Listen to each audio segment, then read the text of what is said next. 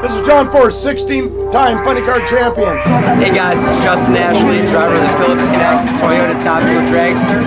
Hi, I'm Robert Height, 3-time funny car champion. I'm Kyle Koretsky, driver of the Lucas Oil Chevy Camaro. I'm Dallas Glenn, driver of the Radford Systems Pro Stock Camaro. And you're watching Inside the NHRA. And you're tuned in to Inside the NHRA. And you're watching Inside the NHRA. I tell you what, this is Antron Brown, I'm a great Top Fuel World Champion, and stay tuned in to Inside the NHRA. If you want to be entertained, this is the show, and Darren is the guy to do it.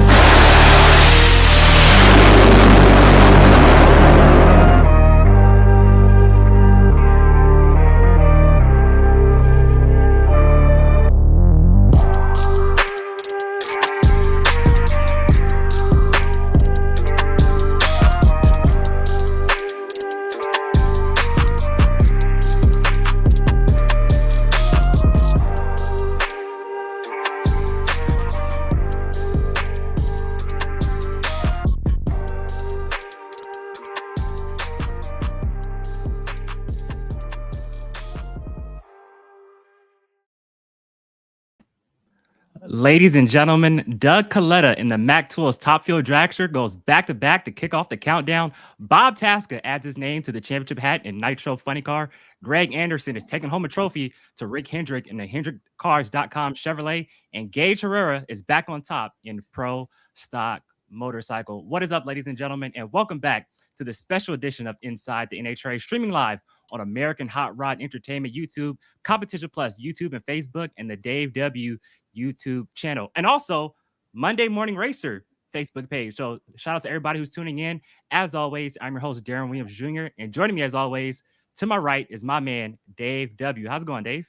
Oh, it's going good. I was just curious why John Force said in the intro, he just, Darren's the guy to do it. And I'm like, wait a minute, there's more than just Darren on this show. We're going to have to redo that intro.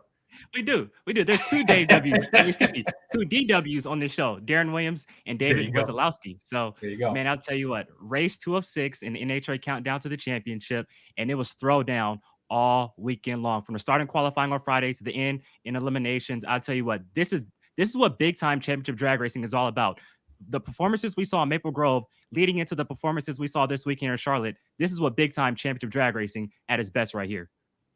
Yeah, 100%. And, Charlotte sometimes can be hit or miss, but, we've seen plenty of historic moments here, and obviously we saw one last night with Mike Salinas going 300 to the 8th mile. Right here in the last qualifying session, Austin Prock goes up in smoke, 364.7, 338, but the big news, 300 miles an hour, $30,000 to that man and that team, and what a way to start off the weekend. I can't believe that we didn't make it 2 weeks. Everybody thought maybe it'd be in Reading. The weather was there, but they just didn't run the numbers. But this weekend, all the classes from the bikes to the pro stock cars, funny cars, top fuel cars. The track was just excellent all weekend. Even today in the warmer weather and the heat, some surprises, some upsets that we'll get into.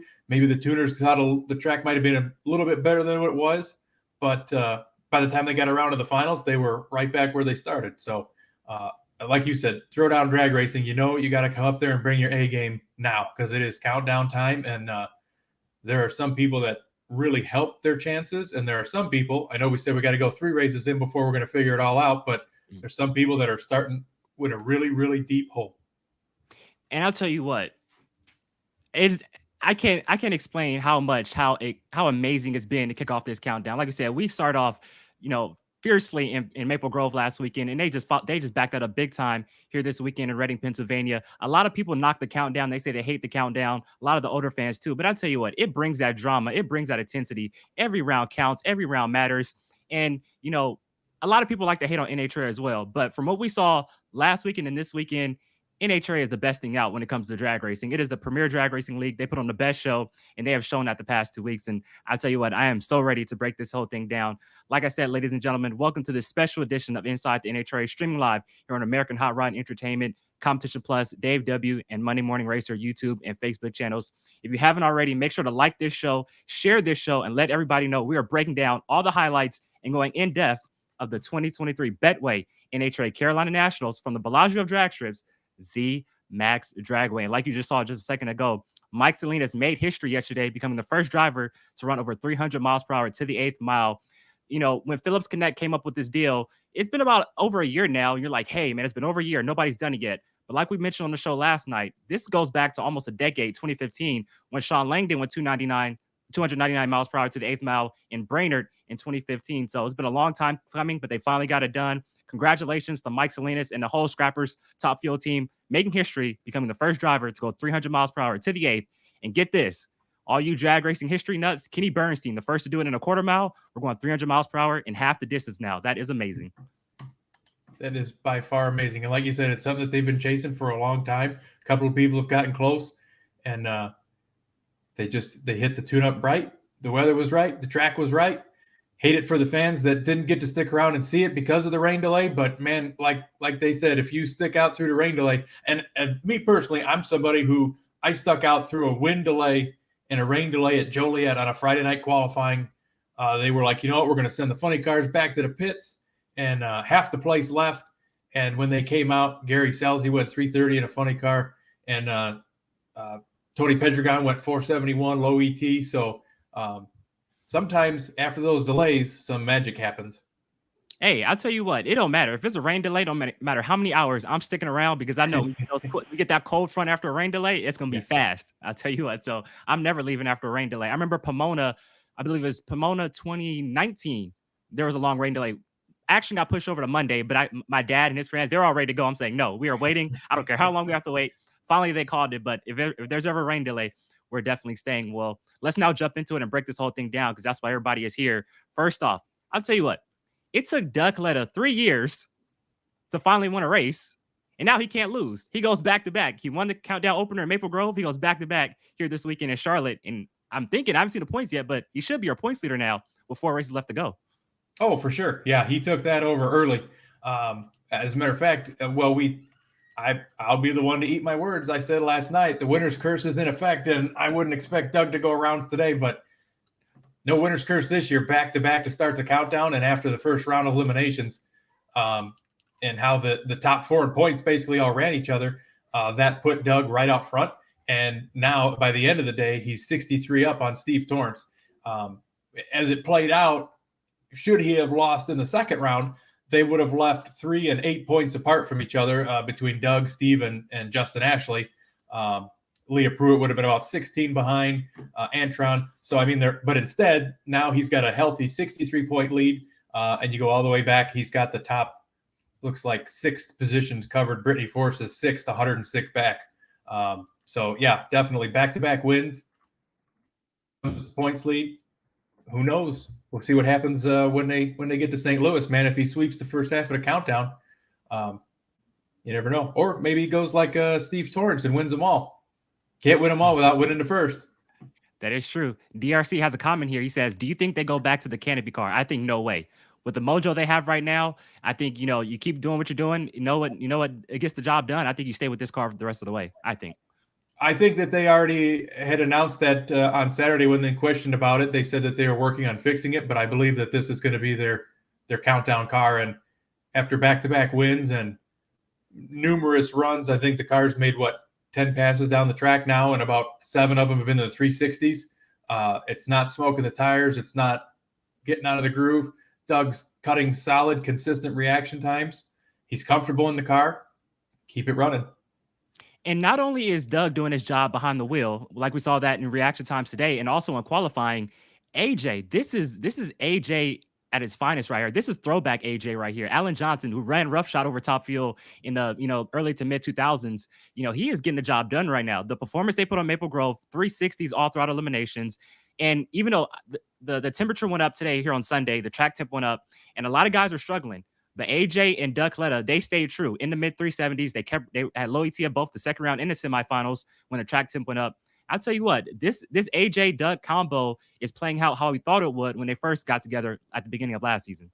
Yeah, it really is. And it's hard to think because it's been so far removed from the dominance of the Alan Johnson era now. As time's gone by, we think more of David Grubnick, we think more of Steve Torrance.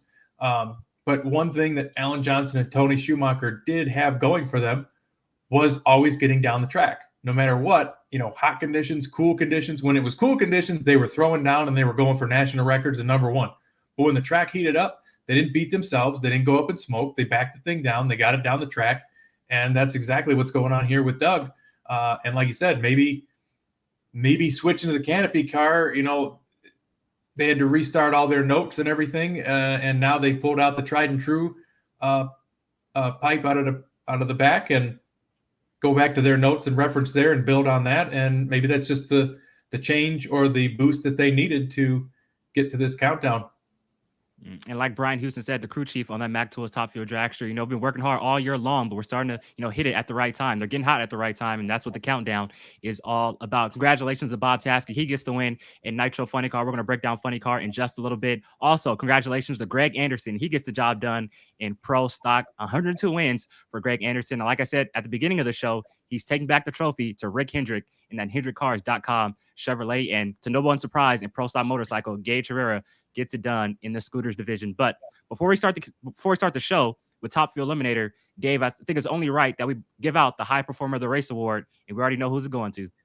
Well, it's there's only one place it can go, and that's Mr. 300 himself, 300 at the 8th Club member Mike Salinas. I mean, that was I feel like people don't understand the importance and how big this was. Yeah, we're always chasing targets and speeds and numbers, but to be able to do that, to be able to see that type of a number pop up and print out on the time slip and be on the time sheets is nothing short of amazing. And especially considering this is something that no matter if you're a fan of NHRA or you're a fan of the grudge scene or the 8th mile racing or the PDR, it's something that you can relate to. Cars that run the 8th mile. Funny Car Chaos was racing this weekend. Nitro Chaos was racing down in Texas. They can relate to the 8th mile times and speeds. So everybody can relate to, hey, you know what? When the finish line is at 660 foot, that guy is the man. And he got there not only in 2.93 seconds, but at 300 miles an hour. Congratulations to Rob Flynn, Aaron Cave, Mike Salinas, and the whole Scrappers team, the whole Salinas family, and Mike Salinas in general for becoming the first to run 300 miles per hour to the 8th mile, collecting that Phillips Connect money. He is now $30,000 richer. That is awesome.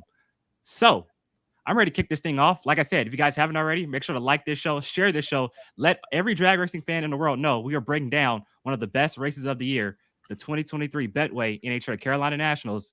And Dave, how we starting off the show, man? What are we kicking it off with? Well, we got to go to Top Fuel Eliminator.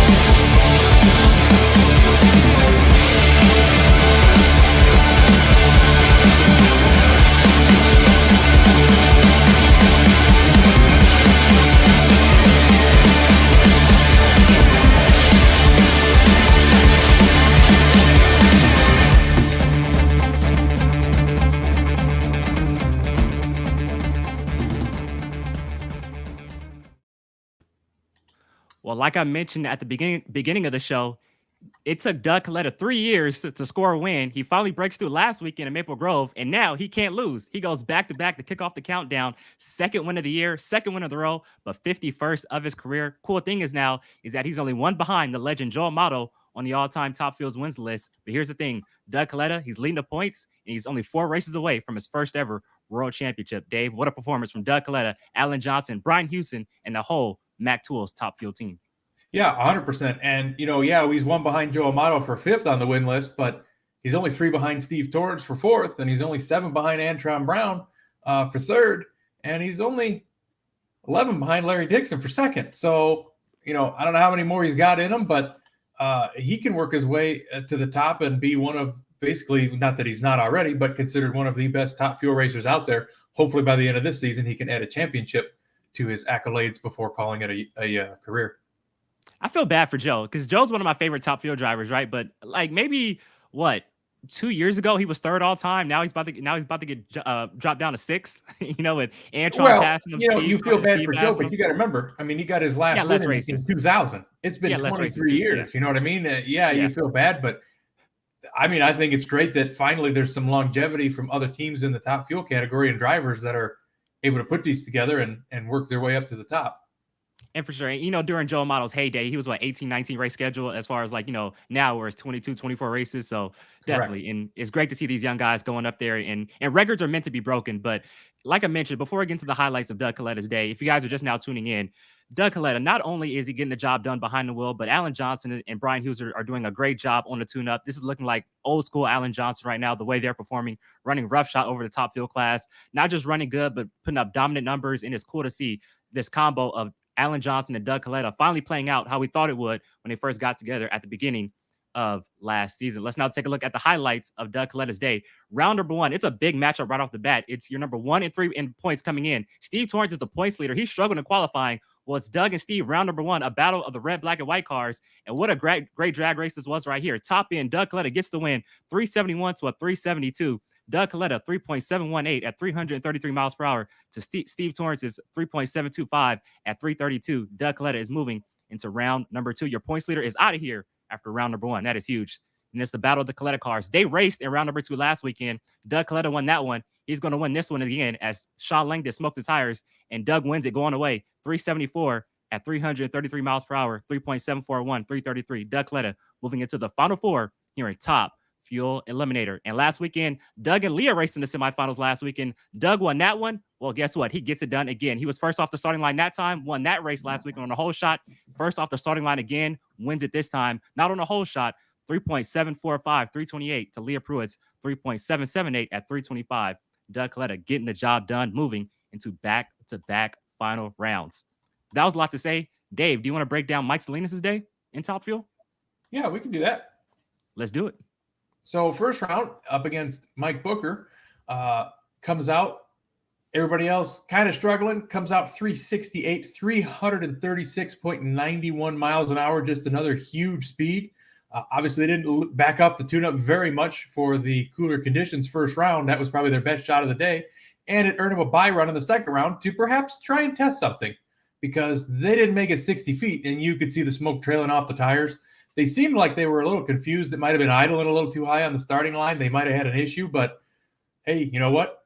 A lucky round's a lucky round. Then he goes to the semifinals against Austin Prock, who, again, puffs the tires a little bit further out, had a nice little hole shot going, but Salinas was past him at 60 foot, drove away to a 389 at only 257 mile an hour to make it to the final round against Doug. And it was their first, I believe it was their first head-to-head matchup in the final round between the two. And we don't talk about it anymore. And it's probably old news. It's old news of how, when AJ left Mike to go to Kalitta. But I'm sure, I'm so excited. I'm sure that there's still a little bit of, animosity there from Mike Salinas towards Alan Johnson, that whole team. Maybe not, I don't know, but let's take a look now at this final round between Mike Salinas, Doug Kalitta, Top Fuel Eliminator trophy on the line at the NHRA Carolina Nationals.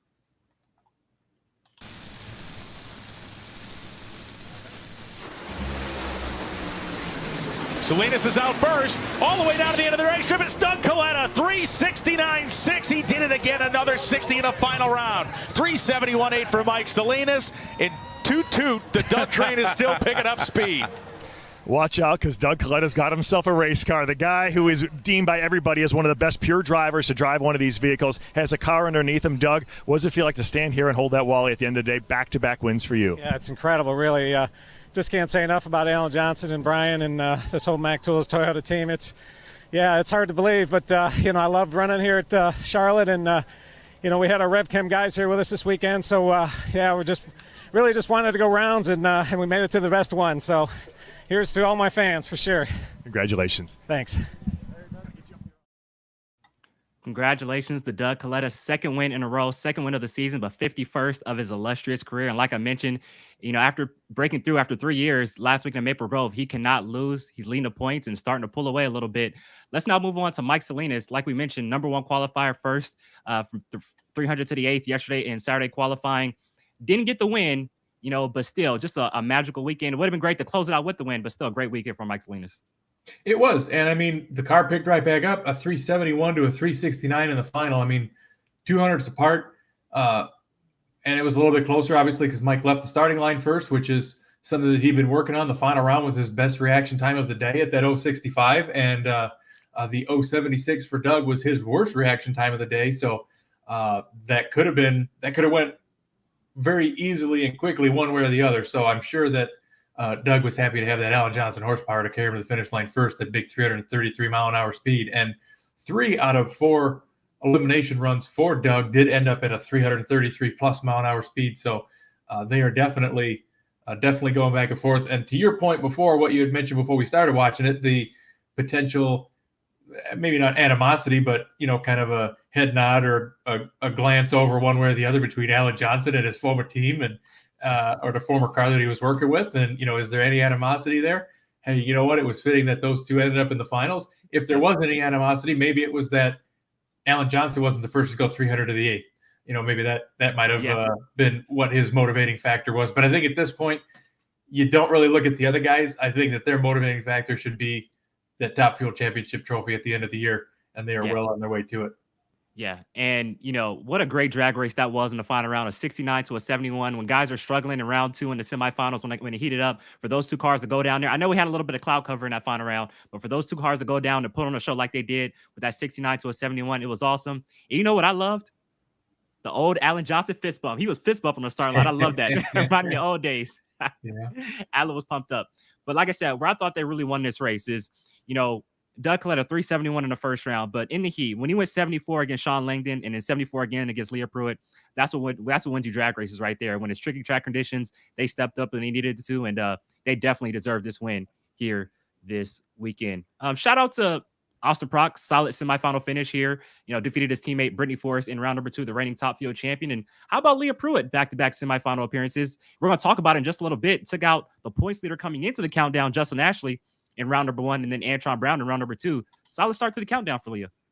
Yeah, I think it is. And like I say, when the points, I know we were talking throughout the day because you were asking about the points. And as always, I try and track them in real time as I can. There was a possibility at one point in time as we got through the afternoon, had Doug lost early enough and Leah continued to go on, she could have left here with the points lead today too. At one point, they were only 16 points apart, but then, of course, Doug won second round and ended up going on to win the race. But, I mean, she's had a solid start, which is all you can hope for compared to some of the other drivers that I'm hoping that we'll get into, too. We really need to break down first round in general just as a whole because, I mean, that was just a crazy way to start the day in Top Fuel. But, I mean, Leah is still 4th in points. She's 76 back. So, I mean, she's definitely not out of it yet. Doug did make a good step forward in points, but those guys, especially when we get to Pomona and get to points and a half, those aren't safe or comfortable leads. And of course, again, we're only 2 races in, but solid start, solid runs for Leah. She's doing her job on the starting line. And what else can you say? You got to just hope to turn the win line on. Had a lot better weekend than her husband did, unfortunately. Yeah, and we're really about to break down Top Fuel in just a little bit. But since you're talking about points, let's look at them right now. Doug Kalitta, he's in the lead, first time in a long time. Steve Torrance, your points leader coming in, who went out in first round, he's 63 markers back. Justin Ashley, the points leader coming into the countdown, he's 3rd, 68 points back. Leah Pruitt, 4th, 76 points out. And that's what goes to show, even though back-to-back semifinal appearances, and all that matters in the countdown is final rounds and wins. She's 76 points back. Antron Brown, 5th, 92 markers out. Your reigning champ, Brittany Forrest, is 6th. Mike Salinas, 7th. He was actually 11th, I believe, coming in, so he moves up a little bit. Austin Prock, 8th. Sean Langdon, 9th. And Tony Schumacher rounds out the top 10. Not shown in 11th and 12th is Clay Milliken and Josh Hart. So 63 points, that's about what? That's technically what points and a half. That's 3 rounds, 2 rounds and a few points. So definitely everybody is still in this game with 4 races left to go. Still a lot of racing left here in the countdown to the championship. And there definitely is a lot of racing left. And no, it's definitely, you can't write anybody off yet, but I will say the 2 sour starts to the countdown for Clay Milliken and Josh Hart. Yeah. They're over 200 points out of the lead right now. Another early exit in St. Louis next weekend. And I would say you could pretty much call their seasons done. No, for sure. And like you see, back-to-back first-round losses for Josh Hart to kick off the countdown. Clay Milliken, another first-round loss to kick off the countdown. I'm not saying they're done, but the fat lady, she's humming. She's starting to warm up right now for Clay Milliken and Josh Hart with only 4 races left to go. And so let's jump right into it now. We talked about it. We saw, in the first round, how about that big time matchup between Doug Kalitta and Steve Torrence? Steve Torrence kind of struggled in qualifying, but those two drivers still put on a show side by side to the finish line. Doug Kalitta just edged him out. Yeah, and I mean, like you say, we talked about it last night because of the championship implications, just like the same with the Justin Ashley-Leah Pruitt matchup. I think that the really telling and surprising one was the matchup that started the day right at the bottom on the right side there, Tony Schumacher and Sean Langdon. Did not expect that Skag Power Equipment car to go up and smoke the way that it did. And it's a real shame for that team after having such a strong countdown start in Reading to not be able to build on that momentum and go back to a first-round loss here at Charlotte. Austin Brock and Josh Hart, another huge matchup. Again, we kind of talked about it on the show last night. If you guys didn't see it, 14-car field, 12 cars in the countdown. I mean, every round matters. You can't go up there first rounds or final rounds right now. And obviously, we rematched the Reading final with Doug and Steve first round here. You got to be on your A game every pass down the track. And you always got to feel for the first pair out because they don't really know what to expect for the track. And in this case, for the Skag Power Equipment Maynard family racing team, it bit Tony Schumacher. And for you Steve Torrence fans, no need to worry. In his championship year in 2019, he did have a first-round loss in the countdown and still won the championship. Now let's move on to another one of our championship contenders. Like I mentioned, the points leader coming into the countdown, he lost it after the first race in Maple Grove when he lost on a hole shot in round number 2 to Tony Schumacher. But that is Justin Ashley in that Phillips Connect top. A first-round loss, losing to Leah Pruitt, smoked the tires in that left-hand lane.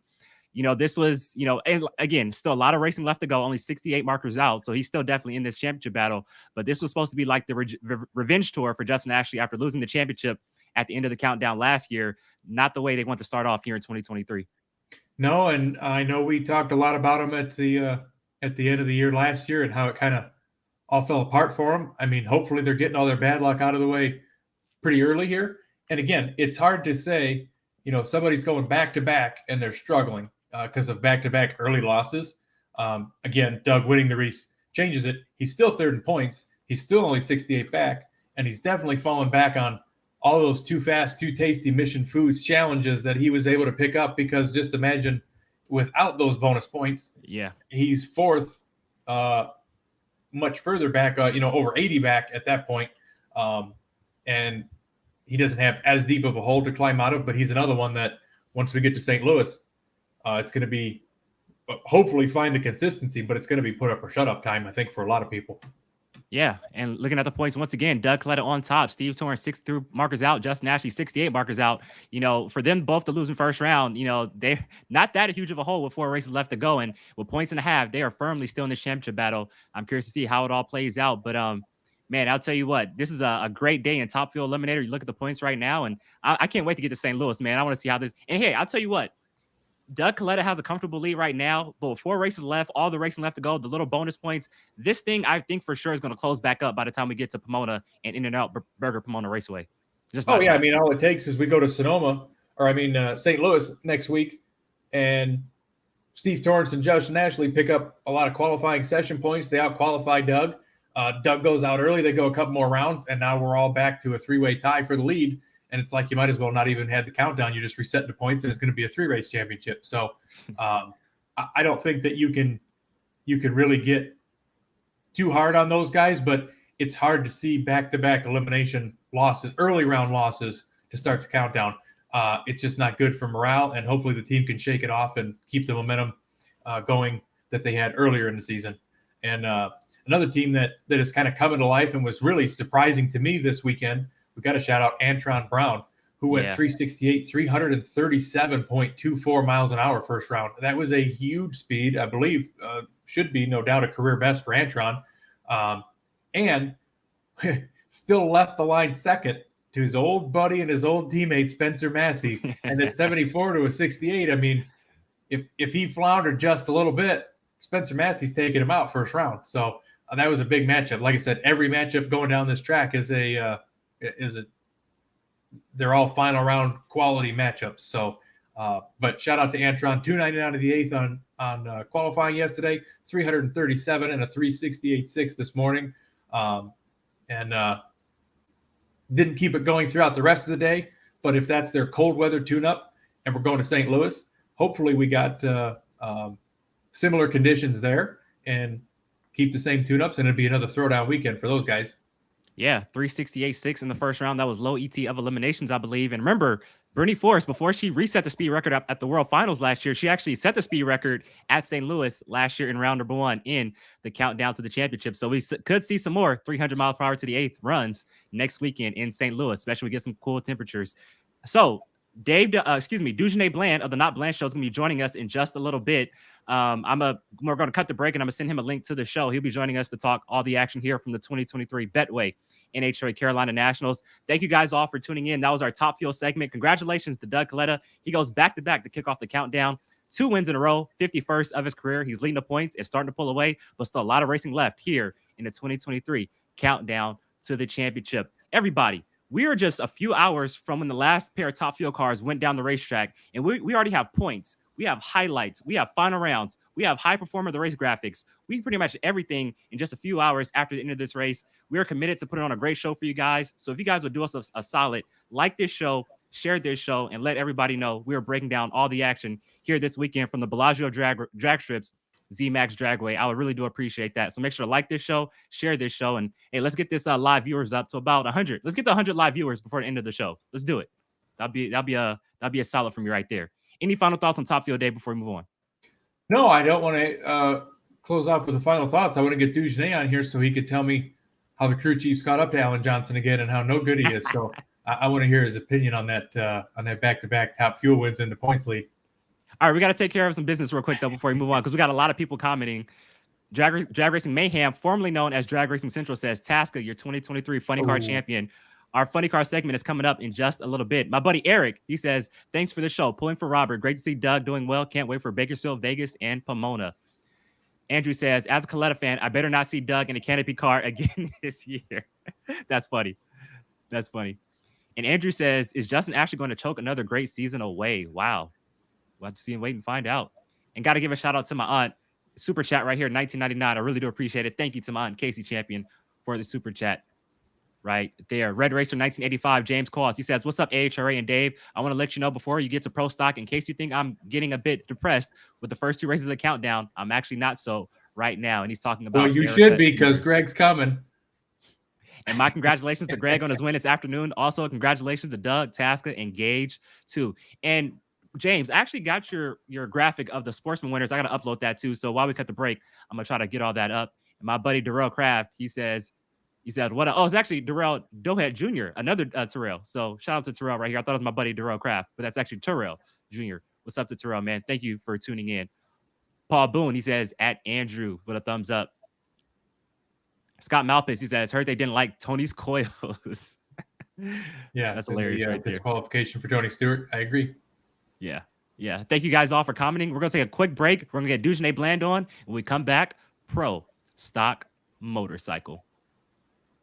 If you own a beautiful modern muscle car like this 1320 Challenger, I'm sure you don't want it stolen.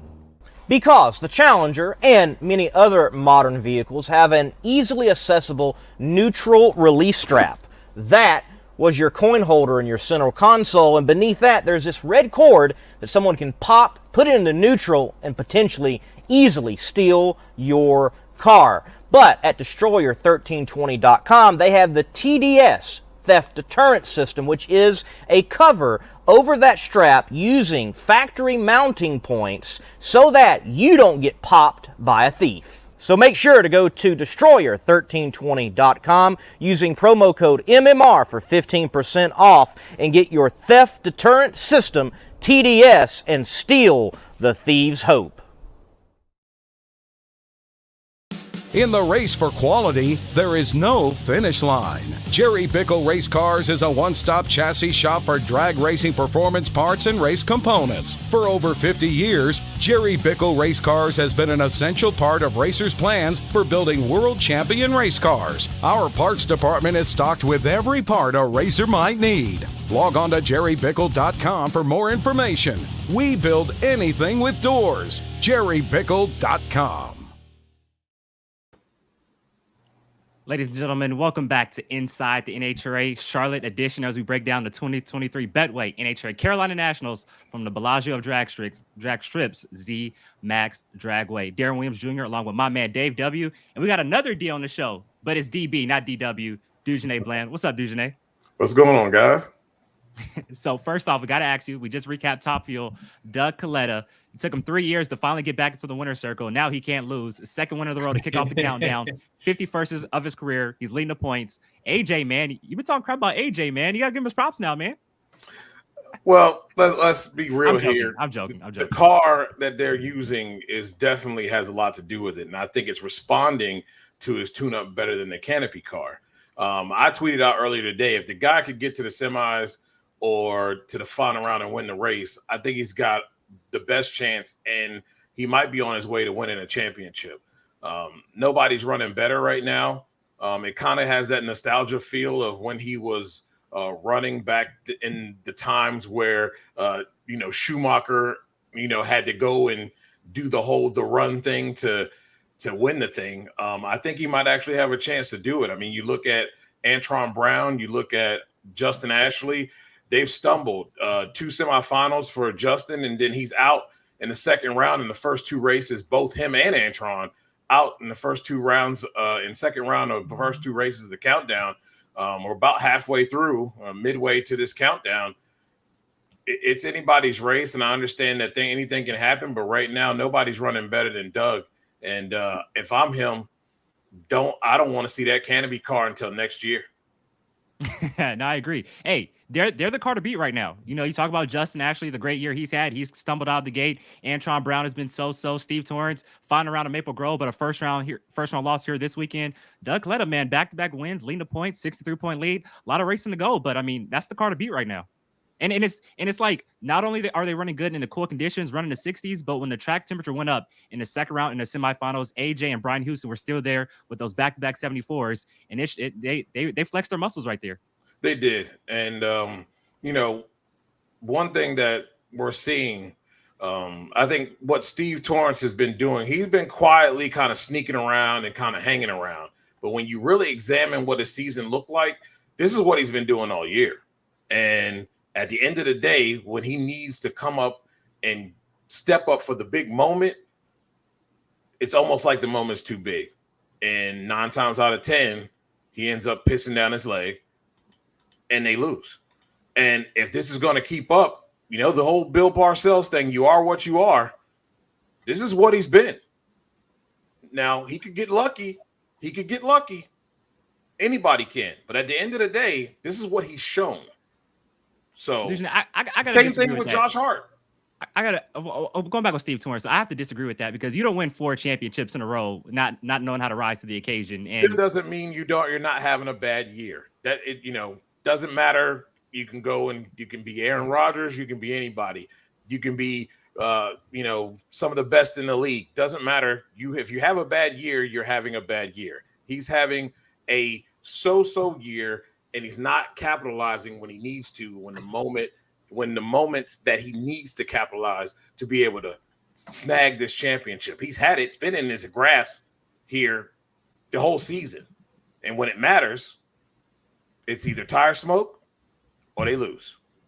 No, I agree. This isn't a Steve Torrence type of year we've known to see from 2017 to 2021. Yeah, of course, but I don't think the moment is too big for him. Like I mentioned, a 4-time champion. Obviously, yes, he slipped up in a few moments. He said it himself. We're not saying nothing he wouldn't say. He's had his moments this year where he hasn't done his job on the starting line or did his job behind the wheel. But I don't think the moment's too big for him, and I think he's firmly still in the championship battle. And I think he can rise to the occasion. And one moment that really shows me that, you go back to 2019.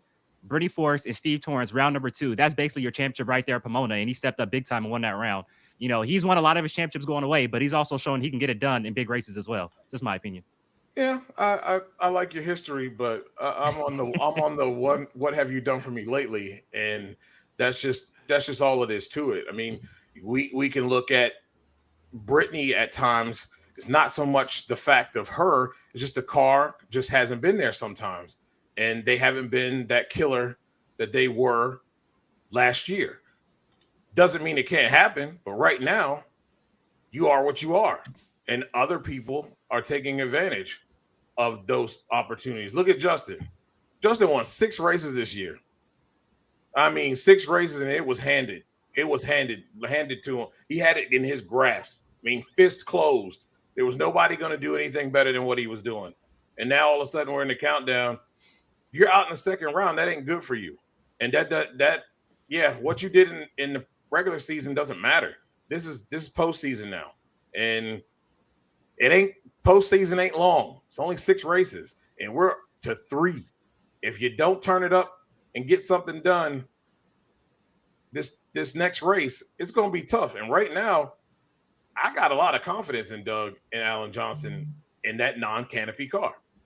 You know what I love? This goes to show that, and just like in every other sport, basketball, football, it doesn't matter, that and here in drag racing as well, regular season is totally different than the postseason. It is 2 different type of seasons. The intensity ratchets up. It's a lot more competition. Like it is throwdown right now, and this is totally different when we saw in the regular season. And that's what I love for drag racing. These are 2 totally different seasons we're seeing right now, from regular season to postseason. It's crazy. Did you notice the attitudes of these drivers at Reading in qualifying? Did you notice the attitudes of those drivers? It's a whole nother ball game. Like it just elevated to a whole nother level. It was, you could feel it in qualifying, and you're feeling it in qualifying this weekend, and it's showing up on the racetrack. I mean, the focus, the want to, the drive to be that guy that wins. You can feel it. It's in the air. And, right now, Alan Johnson is doing it, man. He's just stepped back into a time machine. Well, test mode's over. That's the difference.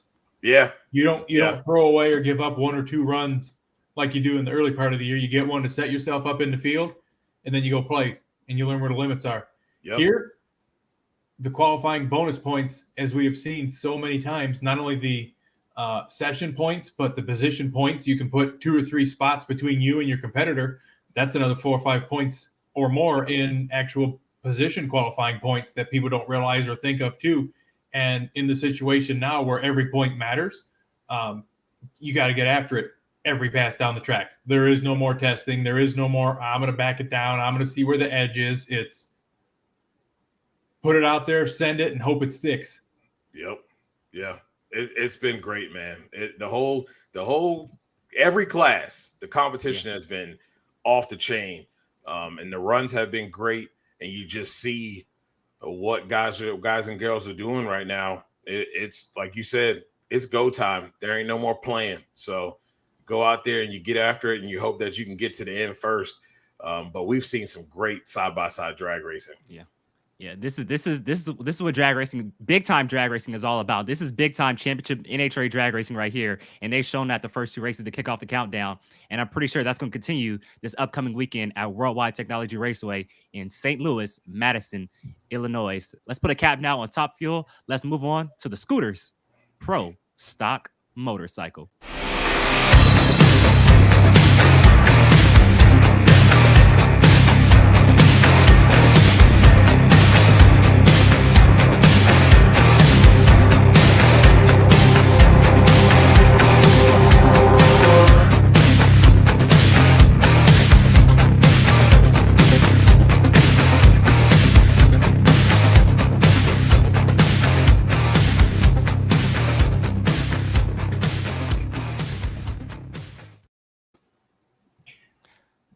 To no one's surprise, Gage Herrera is back on top in Pro Stock Motorcycle. 7th win of the season. I believe that's 7 of 11 so far here in 2023. And Dujanay, like I've said so many times, Gage Herrera by far has the best bike in the class, and the only one that could beat Gage Herrera here in 2023 is Gage Herrera. If he doesn't stumble, nobody's outrunning him, and we saw that here this weekend. Dominant performance once again.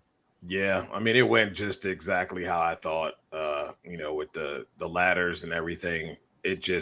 That was the only class that if you picked them, it went exactly how you thought it was going to go.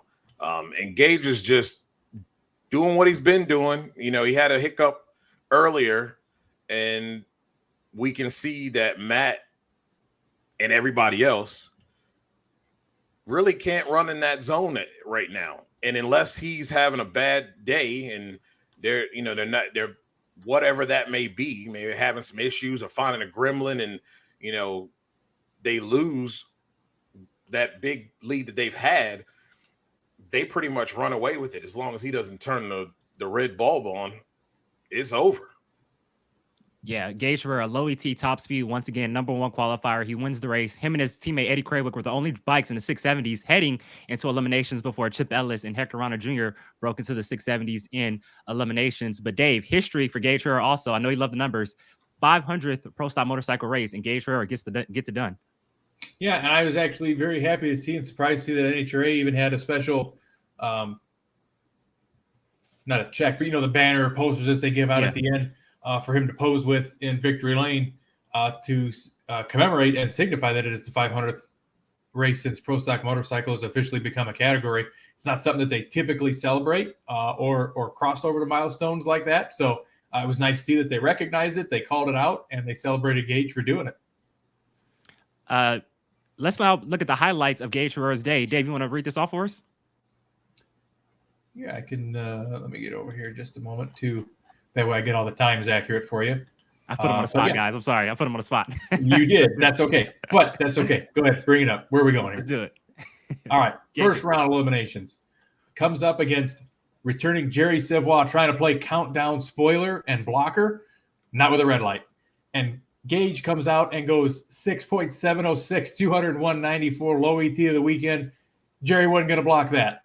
038 on the tree. You weren't going to run around it. Gives him Mr. You get what you wish for in round two, Matt Smith.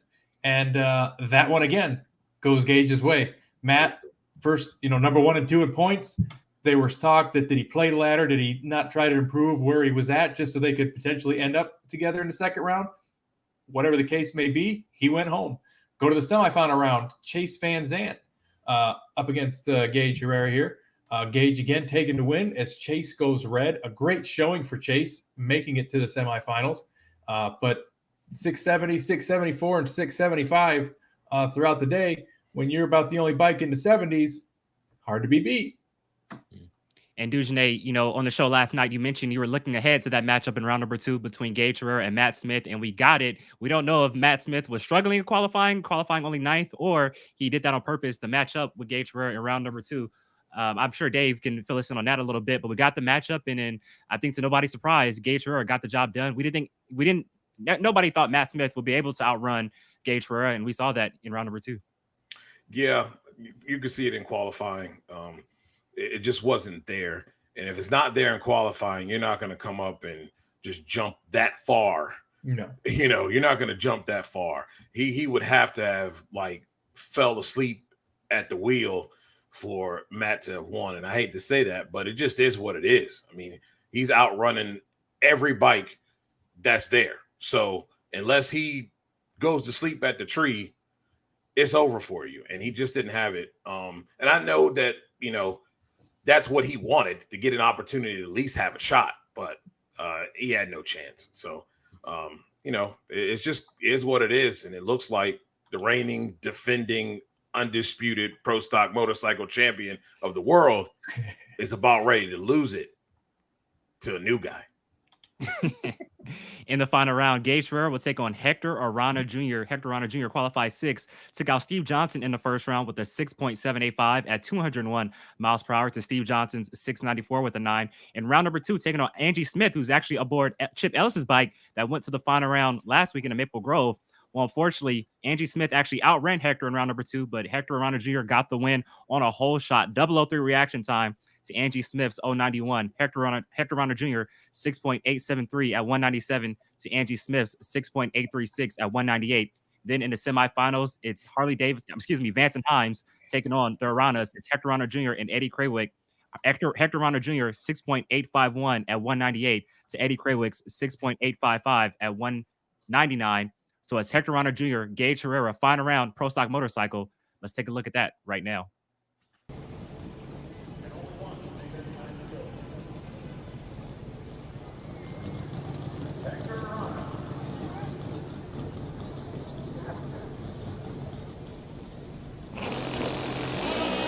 And it's a red light start for Arana. Gage Herrera. The points lead, the Wally, and the momentum of a rocket-powered freight train, 672.6 at 201 miles an hour. Gage Herrera is back on top of Pro Stock Motorcycle.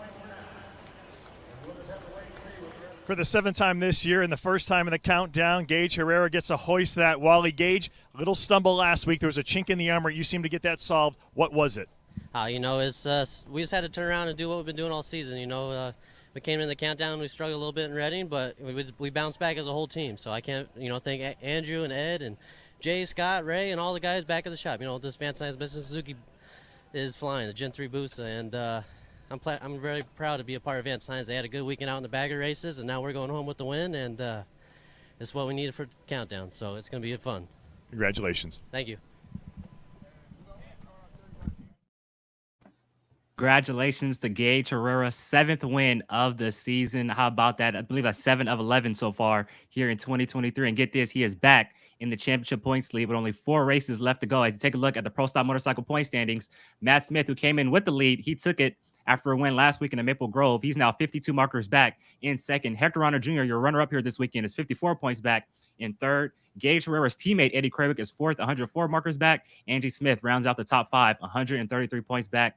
Chase Van Zandt, 6th. Gianna Evaristo, 7th. Steve Johnson, 8th. Mark Ingerson, 9th. And Kelly Klontz rounds out the top 10. And not shown right there in 11th is Chris Bostic.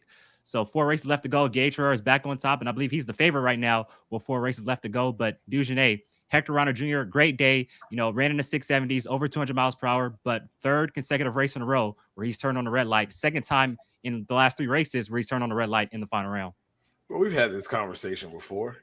Dave has brought this out several times, and it's just one of those things where when he gets in those moments, sometimes it's in the semis, but a lot of times in the final round, that's what happens.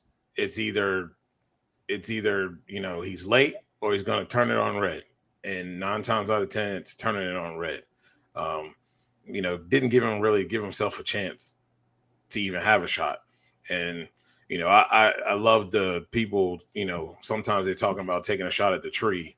If you're taking a shot at the tree, it's like it's negative 001, 2, 3, 4, 5. Like, that is not taking a shot at the tree. That's I'm a guess and leave now. But I wish he would have given himself a shot to go and have a shot to win instead of throwing it away on the starting line. That's the worst thing you can do, in my opinion. But like I said, 2nd final round in the last 3 races. He's 3rd in points right now. Still a solid weekend. Unfortunately, just turned on the red. Turned on the evil eye, like Joe Costello likes to say, the evil eye in the final round. Turned on the red light. And let's now take a look and see how it all played out in Pro Stock Motorcycle here at the 2023 Betway NHRA Carolina Nationals. And so, Dave, Chip Ellis went to the final round last week in the Maple Grove. Matt Smith said that bike is 60 foot's real good and it can win a championship. They put Angie Smith on that bike here this weekend. Lost on a whole shot in round number 2. But what you think about Angie moving over to the bike here this weekend? Her performance. It was definitely improved from where she had been, but it wasn't too far off of what Chip was doing even on the other bike. So they said that they were going to put Chip on there and try and get the other bike figured out and kind of get them up close to each other. But if I'm not mistaken, both of those bikes have outperformed what Matt Smith's bike was doing this weekend. And that, I think, to me, is most concerning, because if that's your points leader coming in and he's highest up, but he's got the worst bike on the team, you need to start changing something else or look at getting Matt onto a different bike or something, because he's going to need it. And, impressive riding by Angie. Like you said, whole shot loss to Hector Jr., but still solid in the points, not too far away, and still a legitimate shot going through these next couple of races.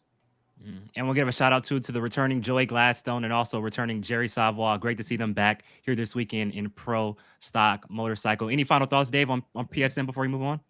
Yeah, I think that the biggest thought and surprise for me was first round. We talk about that big monster matchup between Matt Smith and Gage Herrera round 2.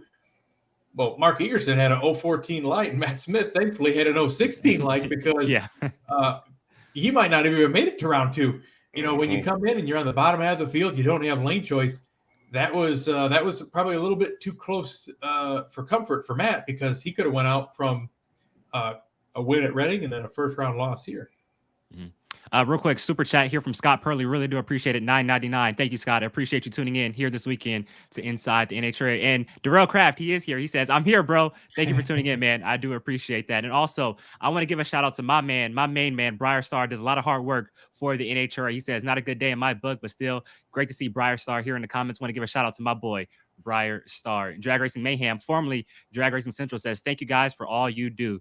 And I appreciate that, Drag Racing Mayhem. Got a lot of people tuning in right here. I really do appreciate that. Mark Grimley says, Alan Johnson. Yes, Alan Johnson. He is back. It is old school Alan Johnson right now. He is running roughshod over Top Fuel Eliminator here in the countdown. I will say also, Dujane called it yesterday. How about the Kelly Klantz, Gianna Evaristo first round matchup? He did. He did call that one. He said, Kelly's got a good bike. She can go rounds. And congrats to Kelly for getting in the second round here.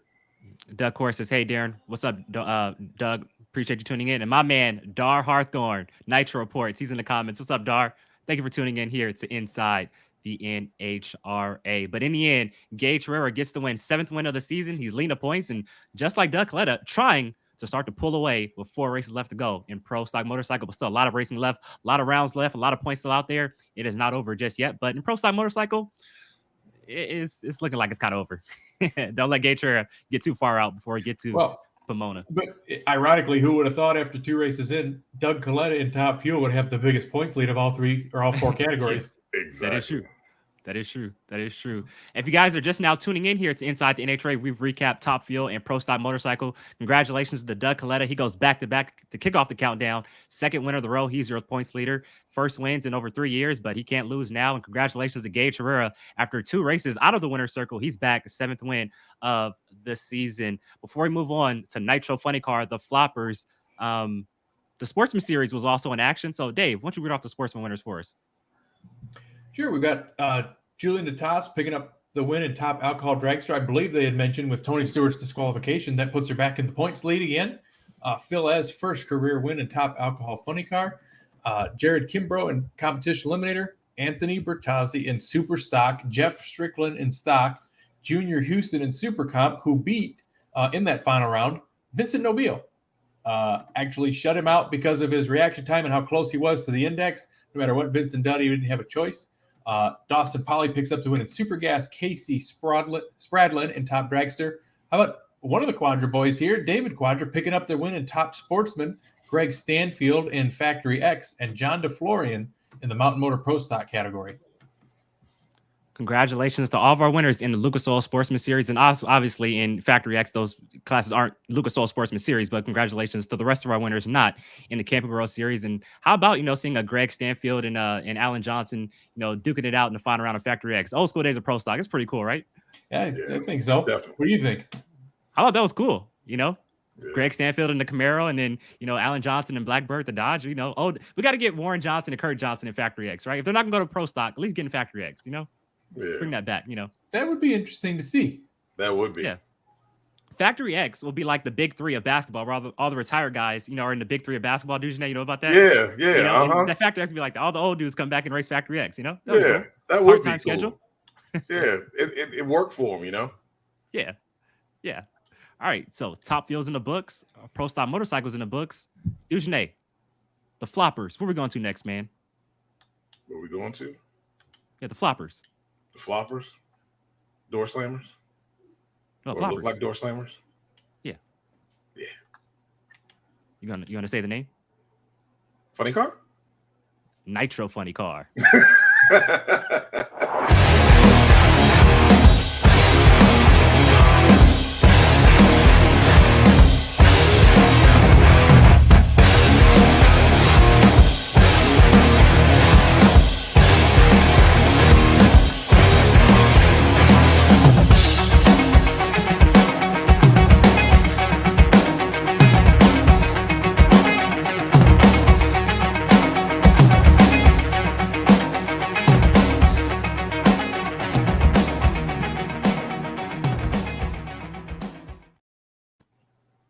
I'm not going to say he came out of nowhere, but I think after qualifying, we had Matt Hagan or Robert Hyde penciled in the winner's circle here this weekend. But Bob Tasker said, nuh-uh, none of that. Bob Tasker in the Ford. He gets the win, 3rd win of the year, 15th of his career, and he throws his name in the championship hat with only 4 races left to go, Dave. Yeah, I don't think that we thought that maybe he had the power that they did, even though he did run the quickest Ford funny car run in history with that lovely 383.6 that he ran in qualifying. And he was definitely on the stack side of the ladder. You don't expect to qualify number 3 and get Alexis DeJoria in round 1 because you know how that car can perform. And seeing Robert Hight, we already had penciled into round 2 because obviously being number 1 short field, he had a bye run. Tasca and Hagan, though, man, they didn't disappoint, and neither did Tasca and Hight. And is this just a glimpse of that team coming together when they need it the most, or is just flash in the pan?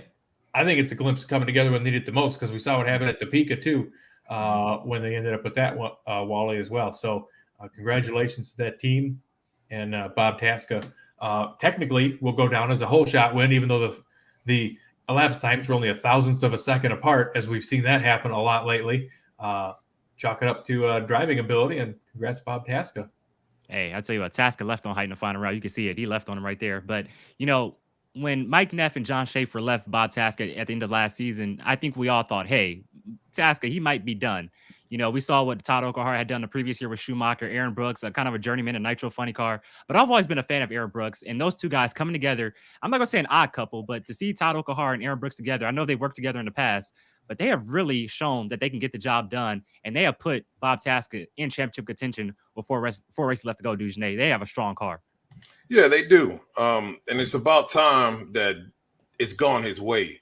We've seen him strong in the regular season over the past few years. And when you get to the countdown, he backpedals into the countdown and then just fizzles out. It's nice to see them doing what they're doing. And it's also nice, like you said, the whole change.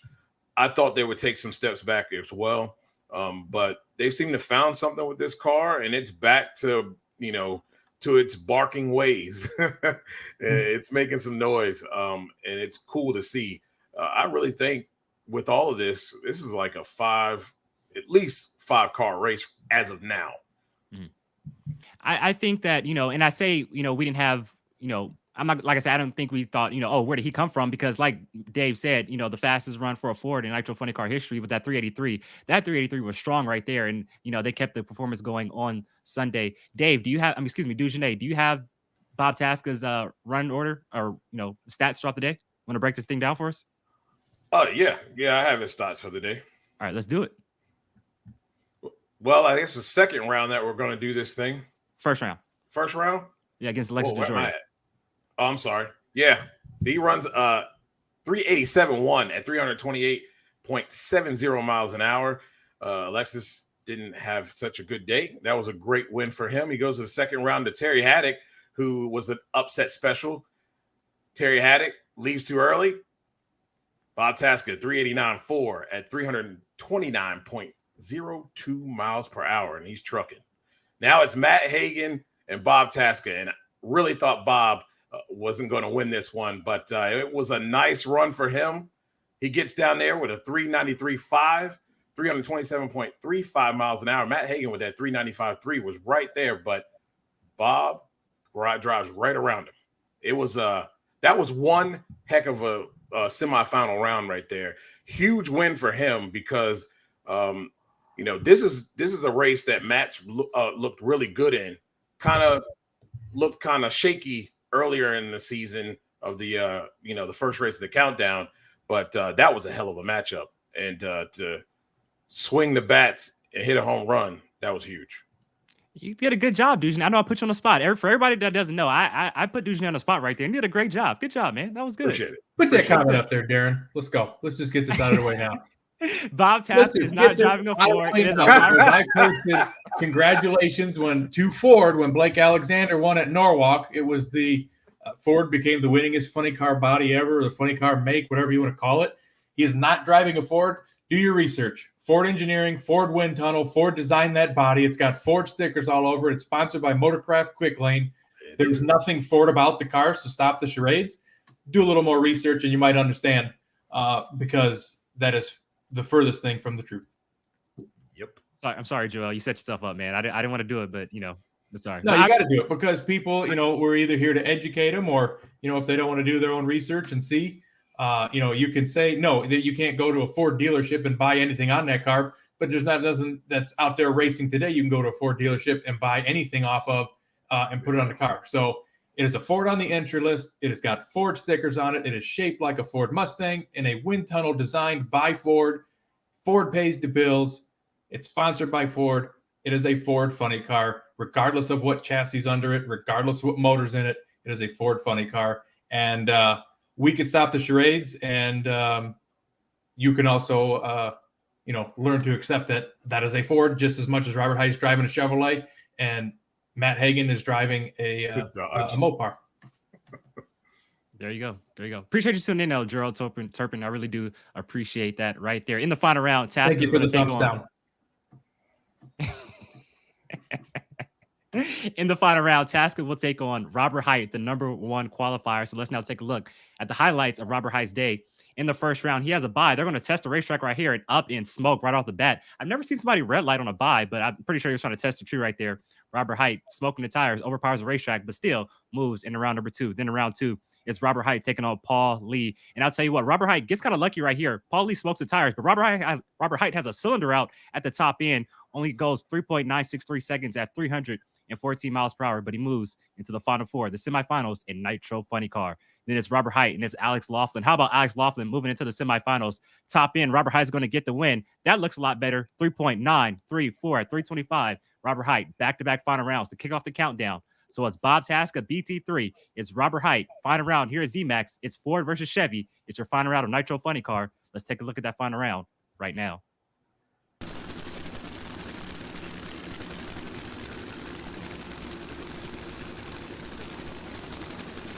Robert Height, the #1 funny car qualifier, has won this event twice. 6 final round appearances. Kyle Ukahara stands back to watch his handiwork.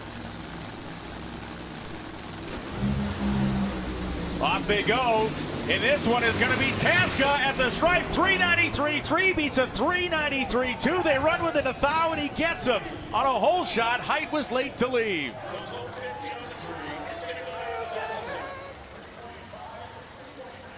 Watching Bob Tasca celebrate not only his victory, but he's got his son Austin here. It's just a fun moment. Bob, you said when you got out of the cart you needed this one. Well, you did it on a hole shot. It was a slice one. A hole shot did it and pulled it through for you. You are 25 points out of the lead. I just wish all the fans got to see what my team did back in the pit when the motor was half together and they pulled a head stud and they had to put another motor in. What they did back there in 25 minutes, I don't know how they did it. It was more nerve-wracking than any final round I've ever been in. But for this Motorcraft Ford PPG BG car, that was a huge win. We're alive in this fight for the championship, and this is my last Bruton Smith trophy. Won all his tracks. Bruton, I know you're smiling down from above.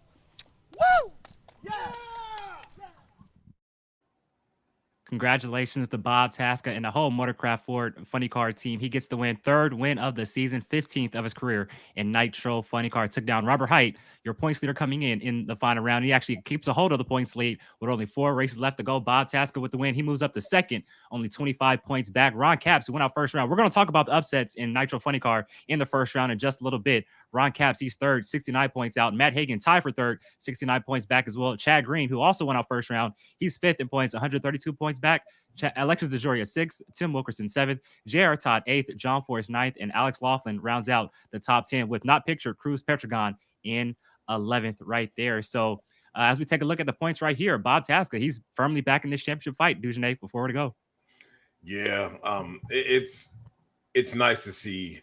This guy works hard. Nobody works harder than Bob Tasca, and to be able to represent Ford the way that he has is amazing. And the fact that with all the changes and what he had to go through this off season to come up here, be able to have a pretty decent season and consistency, and then you come out and you're able to step it up to the next level and get yourself a win in this countdown.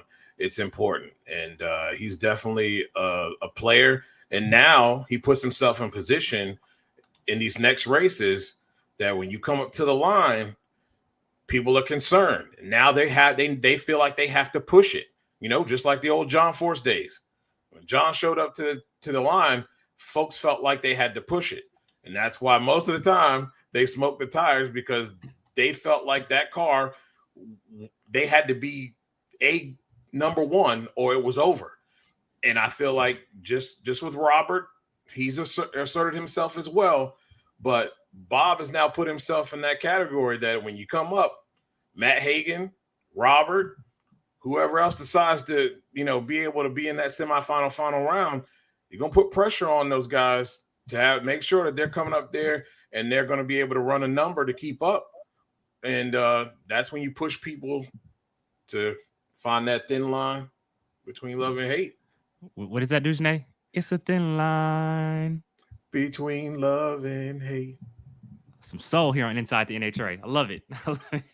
Back-to-back final rounds, though, for Robert Hight. He won last weekend in Maple Grove. Runners up here this weekend in Charlotte. He's still your points leader.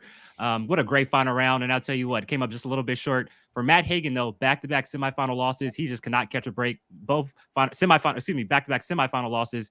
And both are, really close races as well. But, Dave, let's get right into it. The upsets in round number one. Break it down for us, man. Jeez.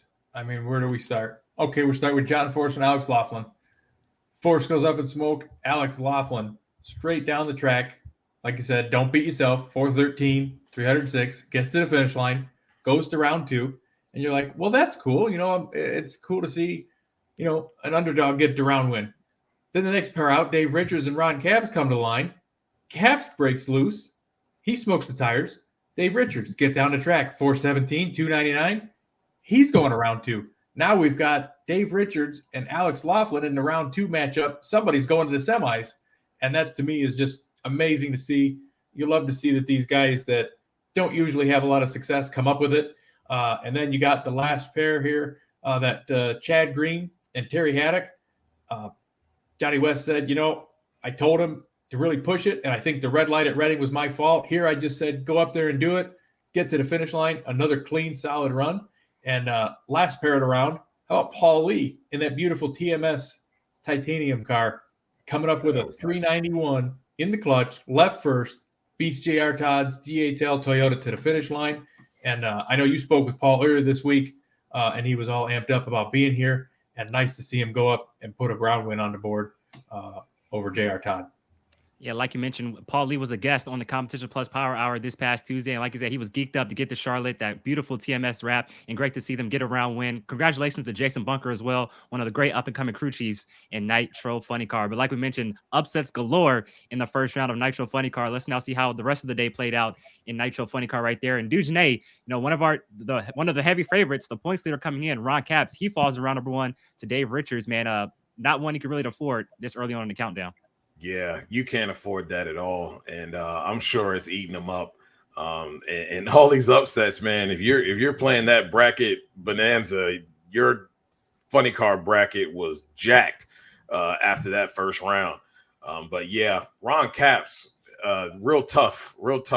And one thing for him though, at least he has a car that has been consistent, has been there. For whatever reason, they missed first round like so many others, but at least he has that confidence that his car has been running quite well up to this point. For sure. Anything else on Nitro Funny Car you want to go over, Dave? Just a shout out to Terry Haddock, going rounds, and then unfortunately goes red against Bob Casca in the second round. Wasn't going to win that one anyway, unfortunately.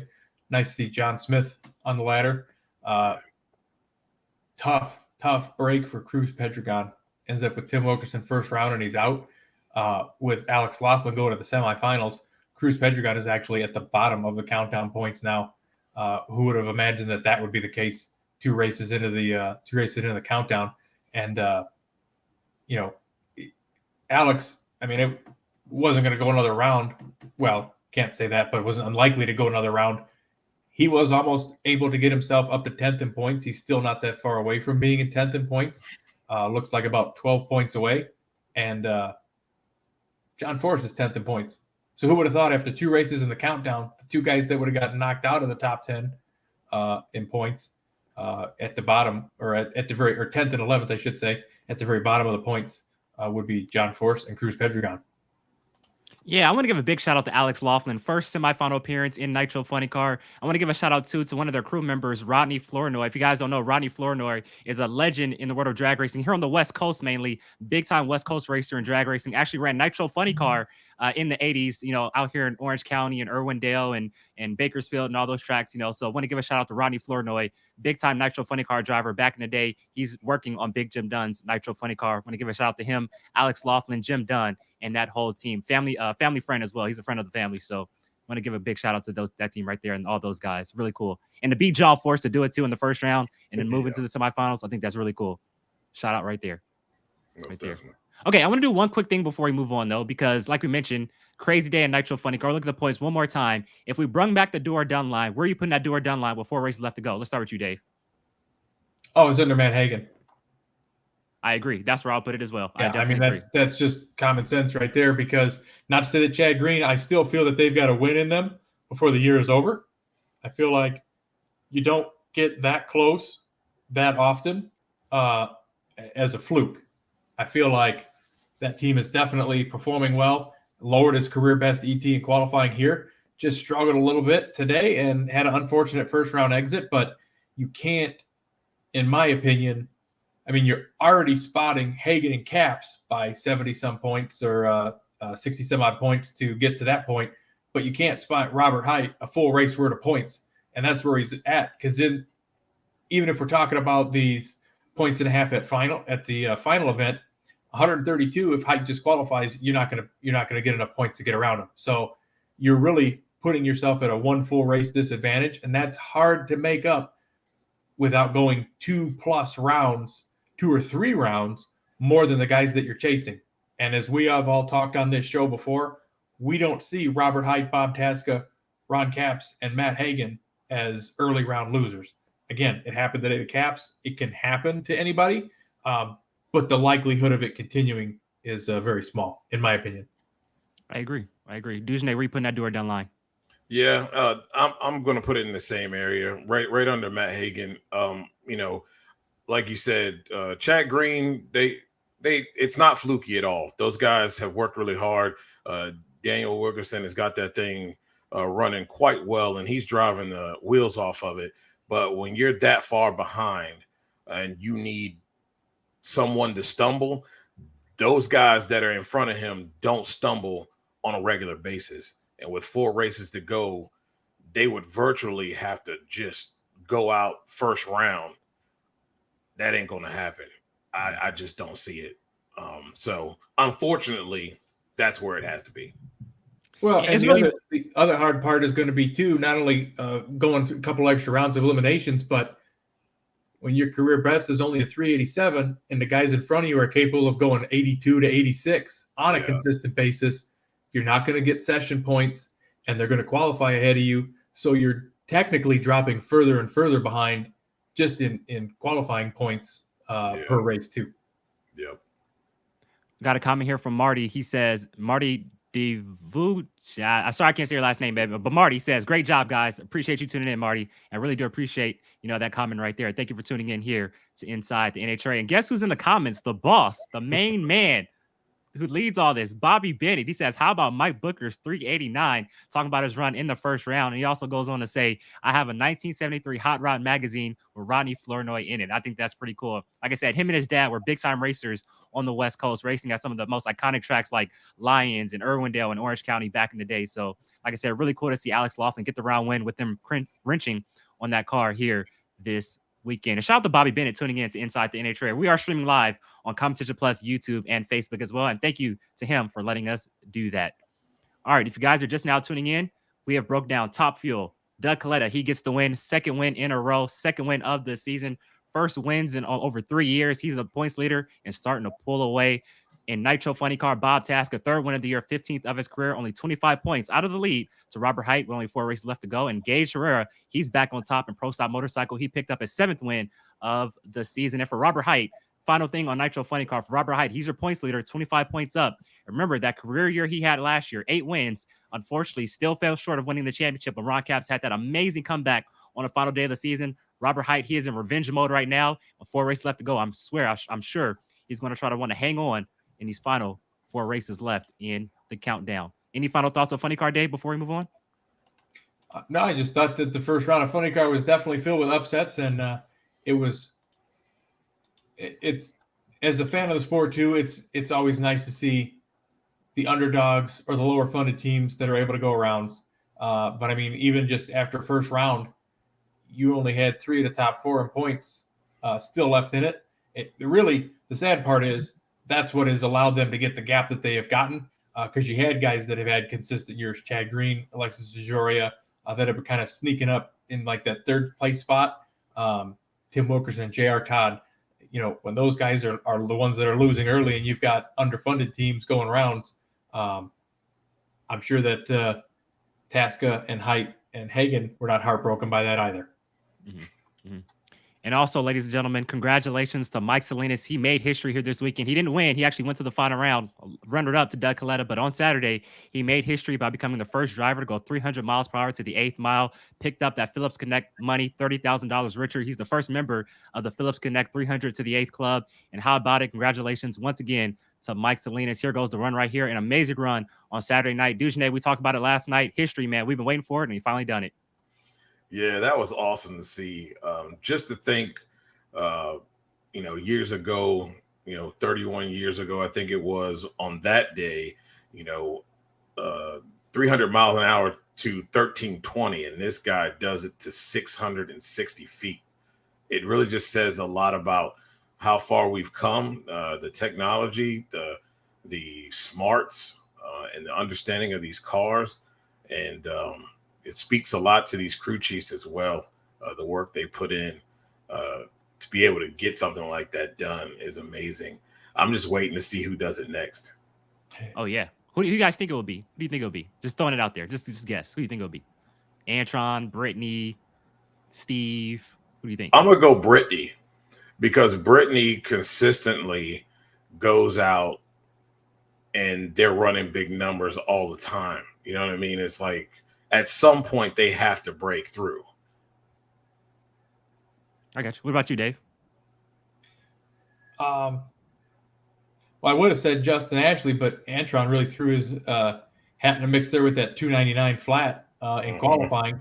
But I mean, it's going to come from that team, I think, whether it's Justin Ashley or Antron Brown that does it. Brittany, David Grubnick, they've kind of, it seems like, detuned the middle of the track in that dragster to get it to the finish line. They're not hitting it as hard as they used to. I think maybe for the fear of the tire smoke or the lack of trust in that early part of the track. So I don't know that she'll. I mean, I know she's been close, but I don't know. I think that one of the Phillips Connect or Matt Cotule's dragsters would be next to do it. There you Watch go. it be Clay. Yeah, right out of nowhere. Somebody we're not even thinking of.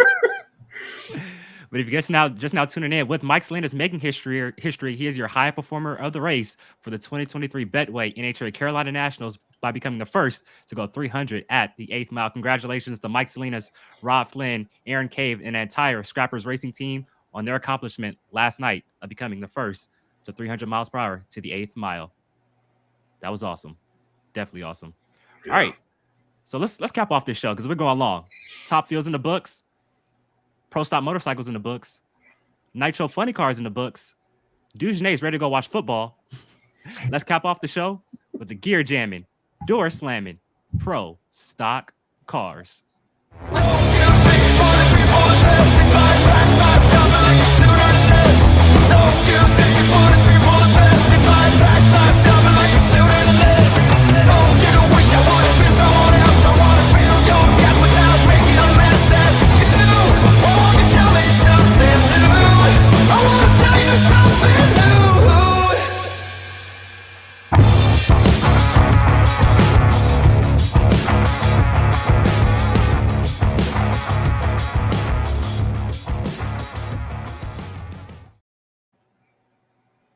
Go ahead, Dave. This is your guy. Go ahead.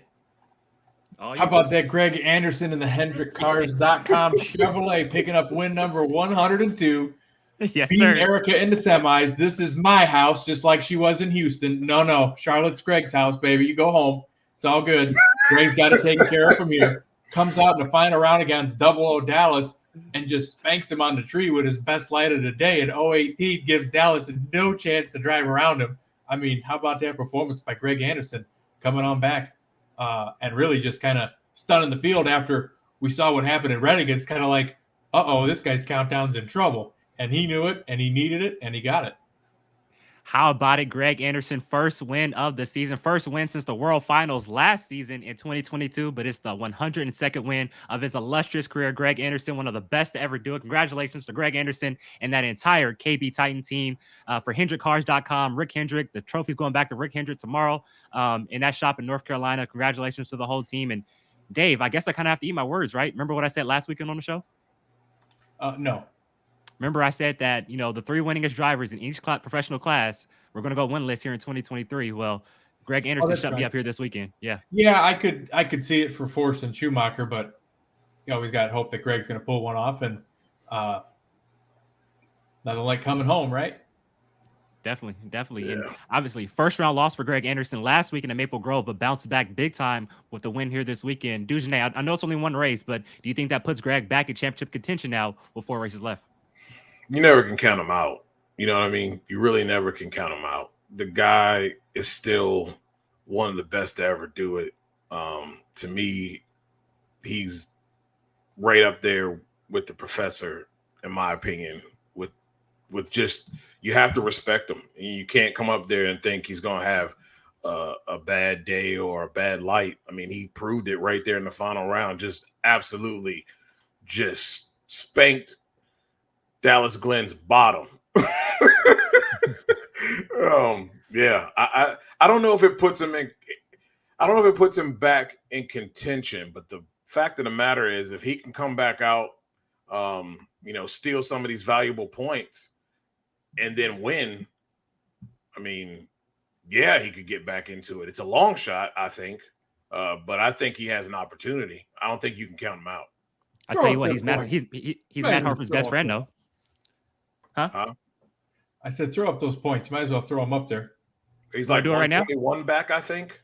He jumped 4 spots. He went from 8th to 4th in the points, and he's only 61 out. So, yes. Oh yeah, I mean he jumped up 4 spots. He made a huge move. Pro Stock is obviously the most competitive and closest class, but if you feel like anybody other than Doug Kalitta still has a shot in Top Fuel, you got to believe that Greg still got a chance here.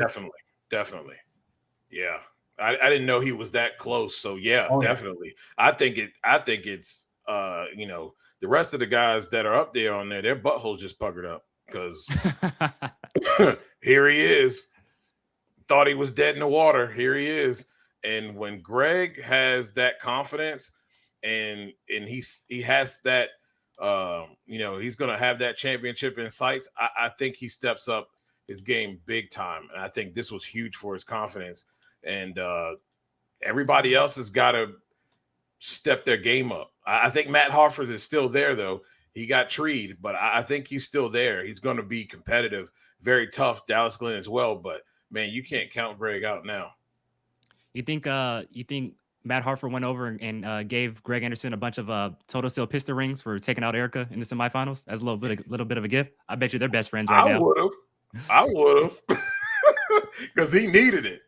He needed it for sure. Hey, he's still points leader now because of Greg. And so, Dave, let's do it now. Let's jump into the highlights of Greg Anderson's day. Break it down for us. Yeah, first round, he had Jerry Tucker in the first KB Elite matchup of the day.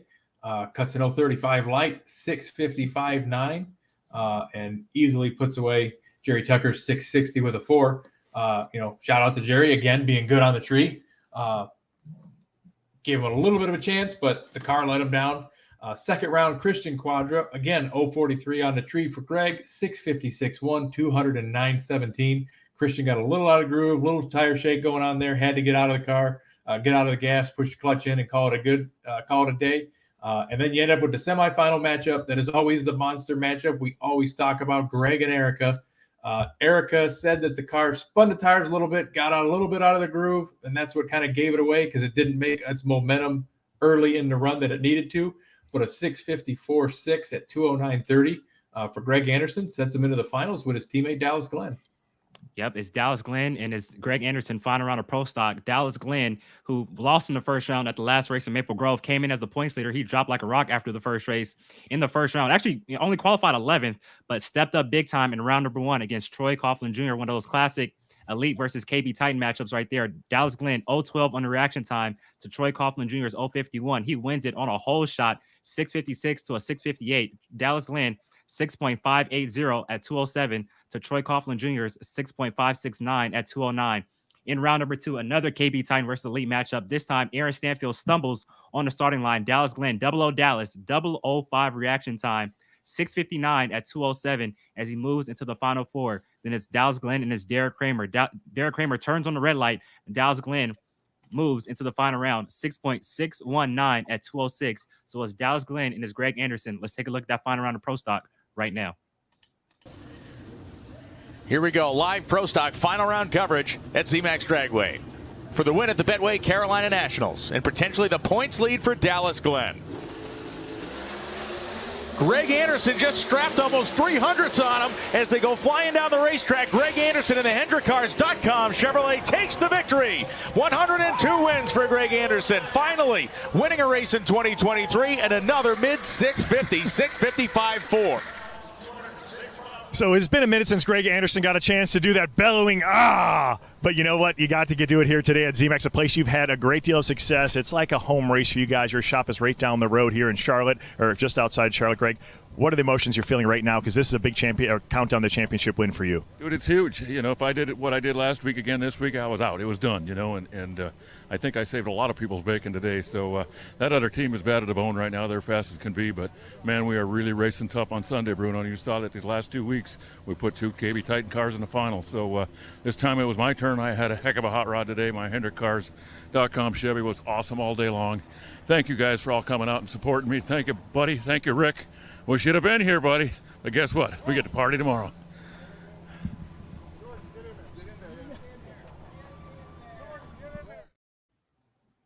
Congratulations to Greg Anderson. First win of the season, first win since the World Finals back in 2022, but it's the 102nd win of his illustrious career. Greg Anderson, one of the best to ever do it. That is most in the class in Pro Stock Car. And like he just said himself, he is firmly back in championship contention with only 4 races left to go. Matt Hartford, he's still in the lead. He lost in round number 2 to Erica Enders, but he's 4 markers up on Erica with 4 races left to go. Dallas Glenn, who lost first round last week in the Maple Grove, who came in as the points leader, he's only 15 points out.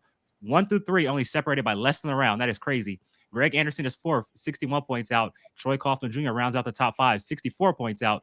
Aaron Stanfield 6th, Derek Kramer 7th, Kyle Kreski 8th, Cameron Crusoe 9th, and Christian Quadro rounds out the top 10. And we're not showing 11 through 16. That's the top 10 right there because it's 16 drivers in the Pro Stock countdown. We're not showing all 16. We're only going to show the top 10. But Dugenais for Dallas Glenn, to come out and basically stink up like he did in Maple Grove, no offense, but to have the struggling performance he had out in Maple Grove, great way to bounce back here this weekend here in Charlotte.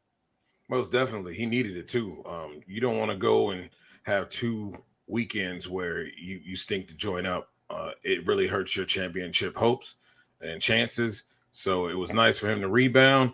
And also, you know, when you do that, you kind of hurt your confidence a little bit too. You have to, you know what I mean? Because you're scratching your head and trying to figure out what the heck just happened here. So it was definitely good for him to have that bounce back and get to the final. Wasn't able to, you know, close the deal, but, you know, you save yourself from being, you know, dropping even further into, you know, oblivion if you slip up here. So, yeah, good job for him. Dave, I want to ask you about Matt Hartford's performance. So we know about the struggles he had last weekend in Maple Grove, but bounced back big time in eliminations, got the win, took the points lead, still has the points lead thanks to Greg Anderson, but only qualified 8th, kind of stumbled in the first round, kind of got lucky, you know, rattled the tires off the line, pedaled it.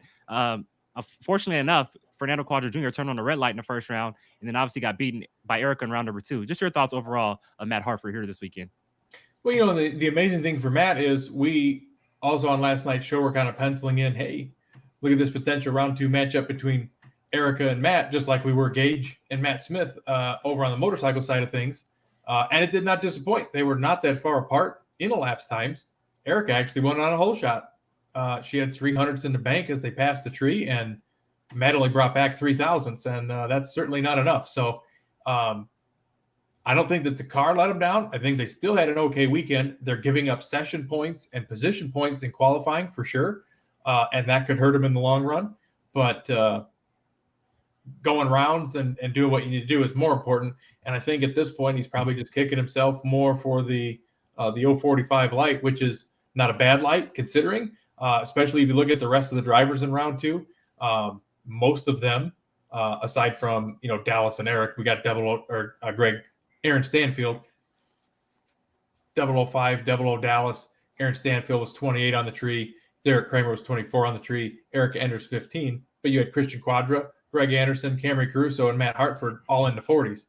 Mm-hmm. Not too often are you going to go rounds when your reaction time is even a 40 or worse in a pro stock car. I hate to say it, but that's just how competitive the class is getting. And I think really that's where his takeaway and look back for the weekend is. I wouldn't get down on the car and the car's performance. It still seems like it's there. It could obviously always be a little bit better, but the starting line was really the make or break for a lot of drivers this weekend. Camry Caruso, as we saw on the ladder up against teammate Derek Kramer in round two, she got beat on a whole shot with her 049 light. So two of the guys on the KB team that had 040 lights ended up losing on a whole shot. Greg Anderson, with his 040 light, basically matched Christian Quadra, but Christian, as we saw, shook the tires, got out of the groove, and he was able to go on to the next round with still low ET at a round. They were all close together. Greg 656.1, Matt Hartford 656.4, Erica 656.7. I mean, in a game of thousands, you can't give up anywhere. And like we mentioned, pro stock points is the closest of all four professional categories. As you take a look again right here, with only four separating the top two, the top three only separated by less than a round. Greg Anderson not far back, just 4 rounds out, 61 points out. With 4 races left to go, who do you guys think is the, kind of like the favorite now? I mean, who do you think has the edge now going into these last 4 races? Let's start with you, Dujanay. Who's your pick right now? I'm going to go with Matt Hartford. The performance has been there, and we like Dave talked about. I mean, it was basically just lost on the tree.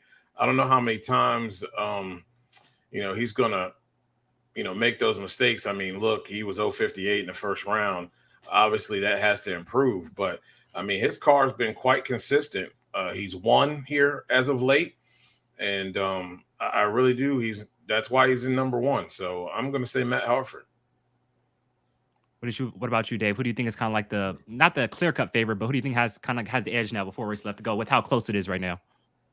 To be honest, I really would say nobody. I don't think anybody has the edge. I think that your do or done line probably goes back to 8th or 9th place. I would say probably after 8th, because after first round, you only got 8 cars left.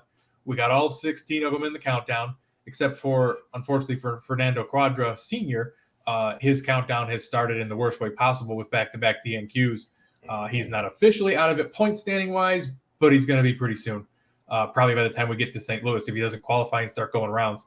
But as we all knew, you allow 16 cars in there, we were not going to see somebody that's consistently a 12th through 16th place point earning car just break out of the mold and come up and start winning things. It's too close, too competitive, too topsy-turvy. The win lights can come on either way. And I really feel like there is no clear-cut favorite. I feel like this could be another situation like 1990 where we're going into Pomona with 5 guys that's got a chance to do it. And if there's any class that is going to be possible, and I feel like this is the one. I think I'll put it under TJ right there. I think the top 5 are clearly, in contention right now for the championship. I would put Aaron Stanfield in there right now, but winless on the season, just hasn't shown championship speed this whole season. But if I had to put a line under, I'll put it under TJ right now. I think the top 5 are the clear cut, the top runners heading into the last 4 races of the season, in my opinion. Yeah, it makes sense. I feel like I don't feel like we're going to go through the season without Aaron Stanfield winning a race, though. I think maybe Dallas would probably go to him. Okay. I'd look for him to do good there. Yeah. Okay. Anything else on Pro Stock you guys want to go over before we move on? I was surprised to hear Erica's interviews that she did, first of all, Saturday night about the track conditions, and they initially had pushed her off at the start of the last session. Obviously, we know it got rain delayed in the middle. We were 0 for 6 going into that because the first 3 pairs of cars just shattered the tires, got loose, had to push the clutch in. Richard Freeman wasn't going to take a chance. He leaned in. he asked, Erica's like, you know what? I know when to push the clutch in and when not to. And they made the run, got an extra point. And who knows what a difference that point, we look at it and go, should she have, shouldn't she have? She was skeptical on the track. The team was skeptical on the track conditions. At the end of the season, that 1 point, with as close as this category is and that battle is, and how far that her and Hartford are apart from each other right now, even for first and second, that point could make all the difference. So, props to her for having the courage to get in there and go, you know what, give me a crack at it. If it doesn't chatter the tire and I keep it straight in the groove, we're going to make a pass. And she did just that. So shout out to her for being able to do that and pick up that point. And similarly, her interview after she lost to Greg Anderson said the car just 1-2 gear change, man. It got out of the groove. It spun the tire. And her interview reminded me of a certain former pro stock racer that campaigned at Wayne County Speed Shop Dodge, who had mentioned if it gets down the track, if it hooks in first and second down low because of the torque, this old Mopar can run. Well, if that's where Erica and team are making it up into first and second gear change, there you go. Erica Ender making it to the semifinals here this weekend. And so I have to be honest, I watched Q2 yesterday, Saturday afternoon. And then when that long rain delay came through, I actually left the house. And so I actually was on my way home. I didn't even see Mike Salinas run 300 to the 8th live. Dave texted me and I was on my way home as it happened. So I just got to be honest about that. So I did not catch final session of pro stock qualifying. What did she actually say in her interview? Because I know it's pretty controversial. I don't know that it was controversial. She just said that the track is not up to the par or safe enough for the pro stock cars to go down, which no track, when the temperature and the dew point are that close to each other, you've got no sun on the track to help bring any heat out of it. And it gets sketchy. And we even see situations as we're coming up to St. Louis next week where even that track with sun on it, with cooler temperatures, with a breeze going across it. And Alan Reinhart did mention that the winds had calmed down today, but the prior 2 days, they had been pretty bad. That affects it. That takes the downforce away depending on how the wind is hitting the car or trying to push it one way or the other. And basically the track was just a little bit sketchy, and they probably should have not completed the session. They should have just called it and canceled that particular session. But since they didn't, they're out there running for points. Richard Freeman shook his head no and said, we don't need to do this. We don't need to do anything stupid. We don't need to tear up a race car. Push it back. Let's go to the pits. Nobody else has made it down the track. And she said, basically, I know when to lift and when to get out of it, and I wanted to crack at it. So I don't know that it was necessarily controversial. She was pretty much just stating facts of the condition of the track and whether they should or should not have run those cars. And we see it in the Pro Mod category too, which was not here this weekend. But that type of track condition is not favorable to a quick door car. And we've seen some pretty nasty crashes in Pro Stock at Charlotte. You think of V Gaines a while back. Yeah. You think of Shane Gray. Shane Gray had a bad crash at Charlotte back in the day. Alan Brzezinski's had a crash here at Charlotte. We've seen these door cars get pretty squirrely at the top end here at ZMAX Dragway. So, like I said, thank you for just posted to my channel today. If you're bored after this, you want something to watch, you're looking at classic drag racing, the 2012 race here from Charlotte, where Erica did just that in the first round of eliminations. Had to push in the clutch, pull the parachutes, and Warren Johnson got the first round win. Shane Gray crashed in round 2 next to Warren Johnson, and Warren made it all the way to the semis where Jason Line beat him. You guys all know who won that race in Top Fuel Eliminator that day in 2012? John Force. Sean freaking Langdon. Alan Johnson, Alan Nabi getting a win. Taking out under the lights, taking out Tony Schumacher. That was a great final round. Paul Page, I miss Paul Page, man. His call in that final round was amazing. But Mike Dunn, that was cool. Yeah. You see Alan Johnson fist pump and he's flexing his muscle on the starting line. That was cool. That was cool. That was a good race. And then Ron Capps beat Mike Neff in the funny car final. That was a good race. Yeah. But that track, like we've talked about, it can be not favorable to the door car. So yeah. I don't think it was controversial. I think she just, she had the same interview that at that particular point as she did in the 2012 interview, where she got out of the car and she's like, I'll take the lashing for it and the backlash for it, but that track is just not safe for pro stock cars to go down right now. We shouldn't be doing it. And there's nothing wrong. a lot of people think that's whining and crying and whatnot, but I mean, the facts are the facts, and if you want to speak your opinion, I feel like you should never go out there and go, or hold it back and not be afraid to say what you think about the track conditions or what happened going down the track, because that is your livelihood at the end of the day. What was the temperature? Last night? What the track temperature was at that time? Last night you're talking about? Yeah. I can take a look and see. Yeah, and I want to say it was probably somewhere in the 80s. It wasn't too great. Gotcha. Let me see if usually they will put in the notes for the run. Yeah. They did not put here for the 30-minute delay.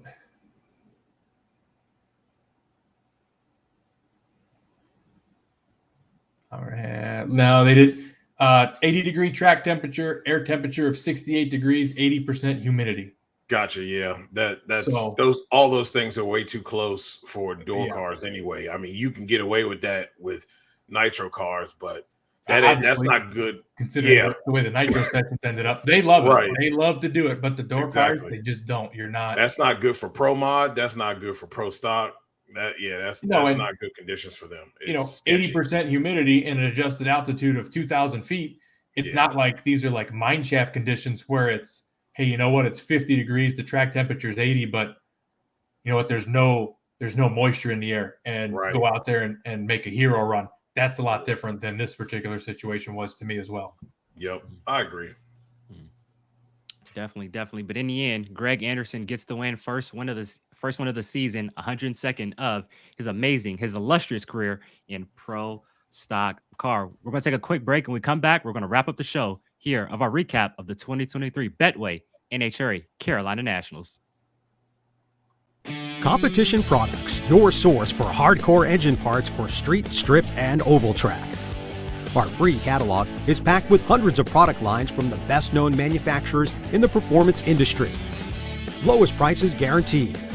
Free shipping and handling on all orders over $149 in the continental U.S. Need expert advice? Our knowledgeable staff is just a phone call away. Competition Products, race parts sold by racers since 1970. If you own a beautiful modern muscle car like this 1320 Challenger, I'm sure you don't want it stolen. Because the Challenger and many other modern vehicles have an easily accessible neutral release strap. That was your coin holder in your center console, and beneath that there's this red cord that someone can pop, put it into neutral, and potentially easily steal your car. But at Destroyer1320.com, they have the TDS, Theft Deterrent System, which is a cover over that strap using factory mounting points so that you don't get popped by a thief. So make sure to go to Destroyer1320.com using promo code MMR for 15% off and get your Theft Deterrent System, TDS, and steal the thieves' hope.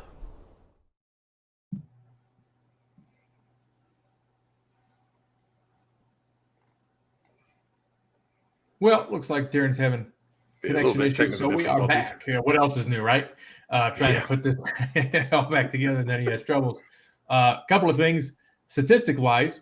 So this is Greg Anderson's 102nd win in the 932nd Pro Stock National event, which means that Greg Anderson has personally, as a driver, won 10.9% of all Pro Stock races ever contested in the NHRA. 10%. Go to him. Amazing, isn't it? Yeah. And then once you add in all of his wins as a crew chief with Warren Johnson, that number goes up exponentially higher. Also, as I always like to shout out names of the past, Bob Tasca's 15th career Nitro Funny Car win ties in with Al Hoffman, the late Atomic Al Hoffman, who is sorely missed out there. And I feel like his personality probably wouldn't fit in with what's going on today, unfortunately. But, man, he was a blast to have at the track, and always love a chance to work in Al Hoffman into anything that we can. And good old Al Hoffman stories, the rivalries with him and Force. And it's kind of funny to think that John's still out there and he's still out there competing. Not even just like that.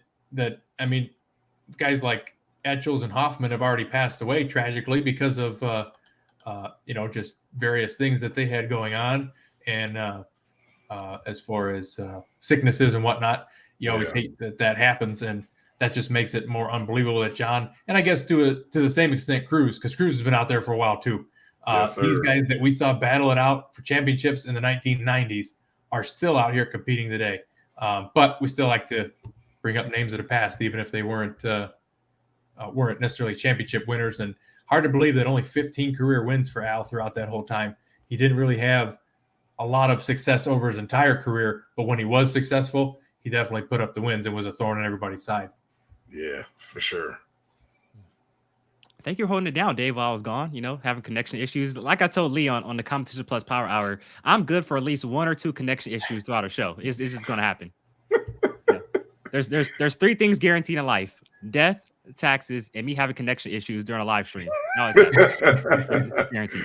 It's that California internet, boy. Yeah, we were just going over some statistical stuff anyway. Just I was listening. Past that we always like to bring up, and I don't know if you could still hear us or not. Greg Anderson has won 10.9% of every pro stock race ever run, which is just staggering. And for me, every time, we were talking about would the winningest drivers in each category go winless this year. I think that as they're getting to be that, you kind of hate them. You're kind of like, man, anybody but Greg, man, anybody but Tony, man, John's just winning everything. You want somebody else, but after they go through that and they go through their struggles, you like to see history being made, because that's what's going on right now today with all this stuff. I don't think John Force's record will ever be beaten. So just to be able to see somebody that is the winningest driver in a particular category win another one is pretty special.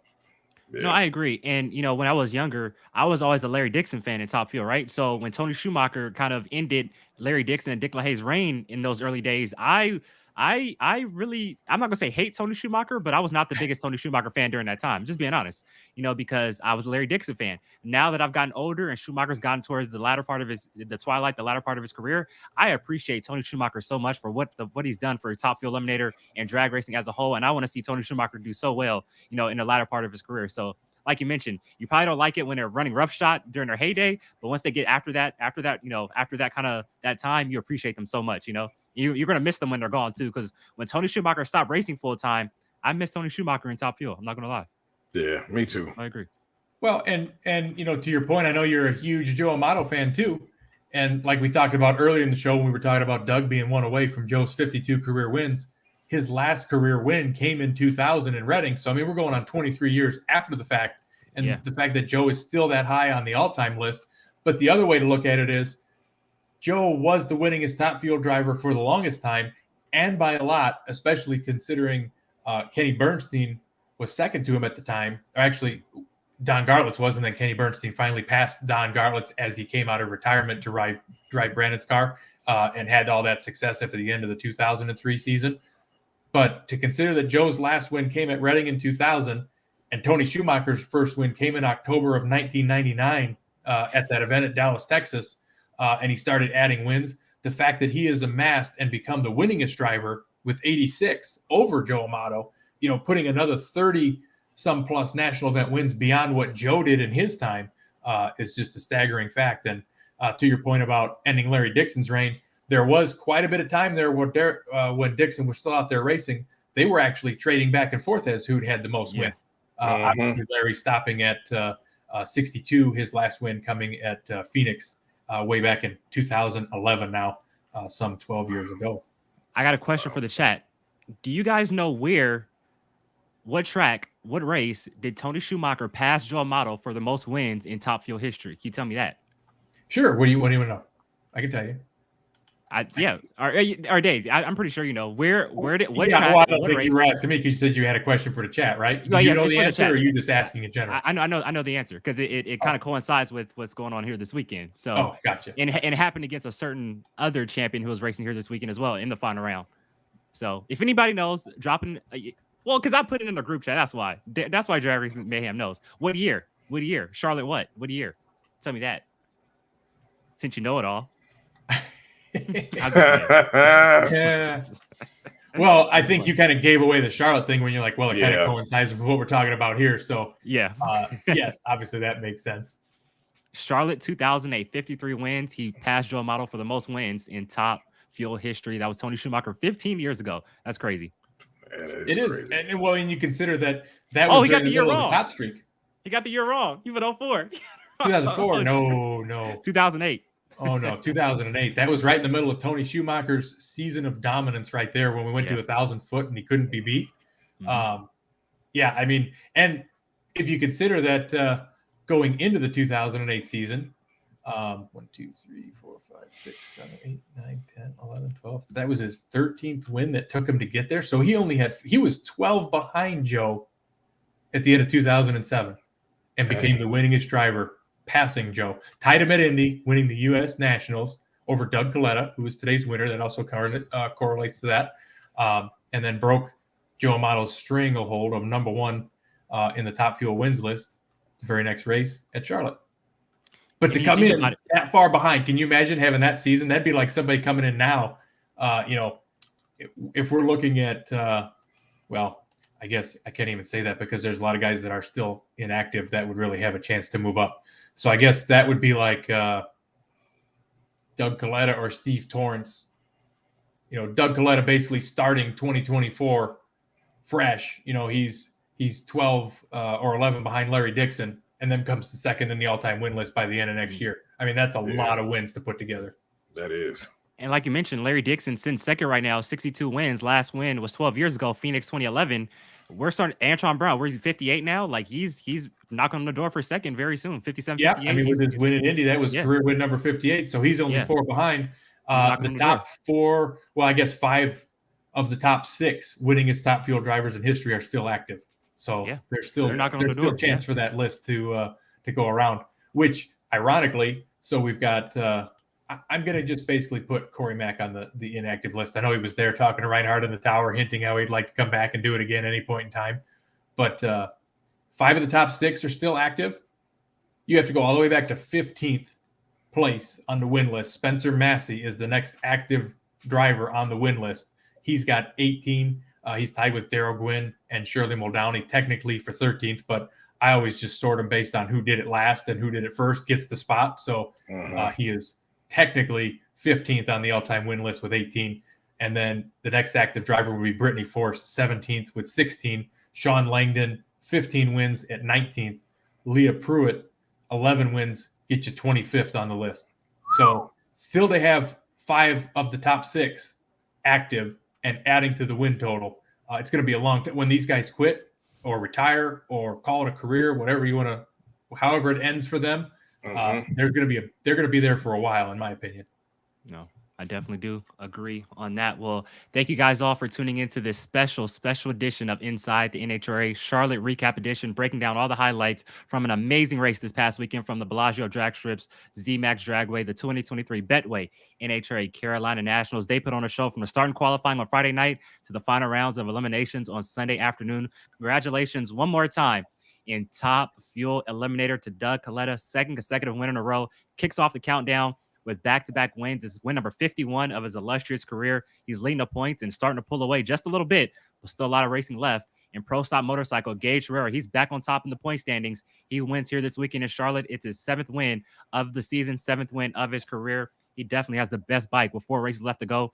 In Nitro Funny Car, Bob Tasca puts on a show in the Ford, runs the fastest, lays down the quickest ET for a Ford in Nitro Funny Car history with that 383 on Saturday. Backs that up with a win, 3rd win of the season, 15th of his career, 25 points out of the lead with 4 races left to go, trying to become the first Ford Funny Car driver to win a championship since John Force.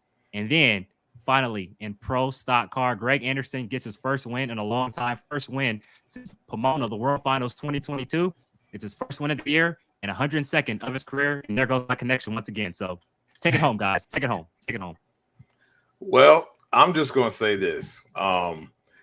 Shout out to Elon, and that drag racing bonanza deal is amazing. I just want to say thank you, Doug. I needed you. I put all my chips to the table and bet on you today.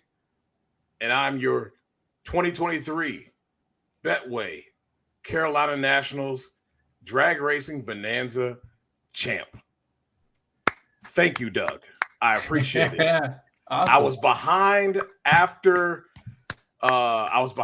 Funny Car, and I needed Doug to come through, and him and Alan Johnson came through big, and I won by like, I think it's like 0.02 points. So I'll be glad to showcase that plaque that I will receive.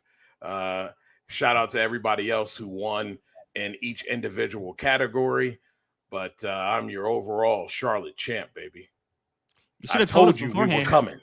No, I wanted to save it for the end. Well, no, we could have had a graphic for you, you know, like we do with everybody else. Oh, I don't need a graphic for you, you know? I don't need that. It'd been cool, saying, though. I told you we were coming. You did. In my best Deion Sanders. Congratulations. Well, you don't want to be like Deion Sanders yesterday. Not like yesterday. No, not like yesterday. But I believe, and thank you. Thank you, Alan Johnson. Thank you, Doug Kalitta. Hey, I'll tell you what, AJ, Doug Kalitta, they're looking strong right now. 4 to go in the lead. See how it all plays out. But Dave, any final thoughts, man?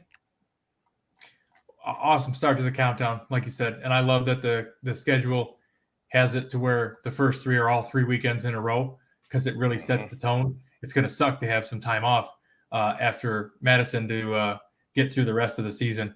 But I was just taking a quick peek because I was curious. It looks like, unfortunately, the St. Louis event is also a 3 qualifying session event.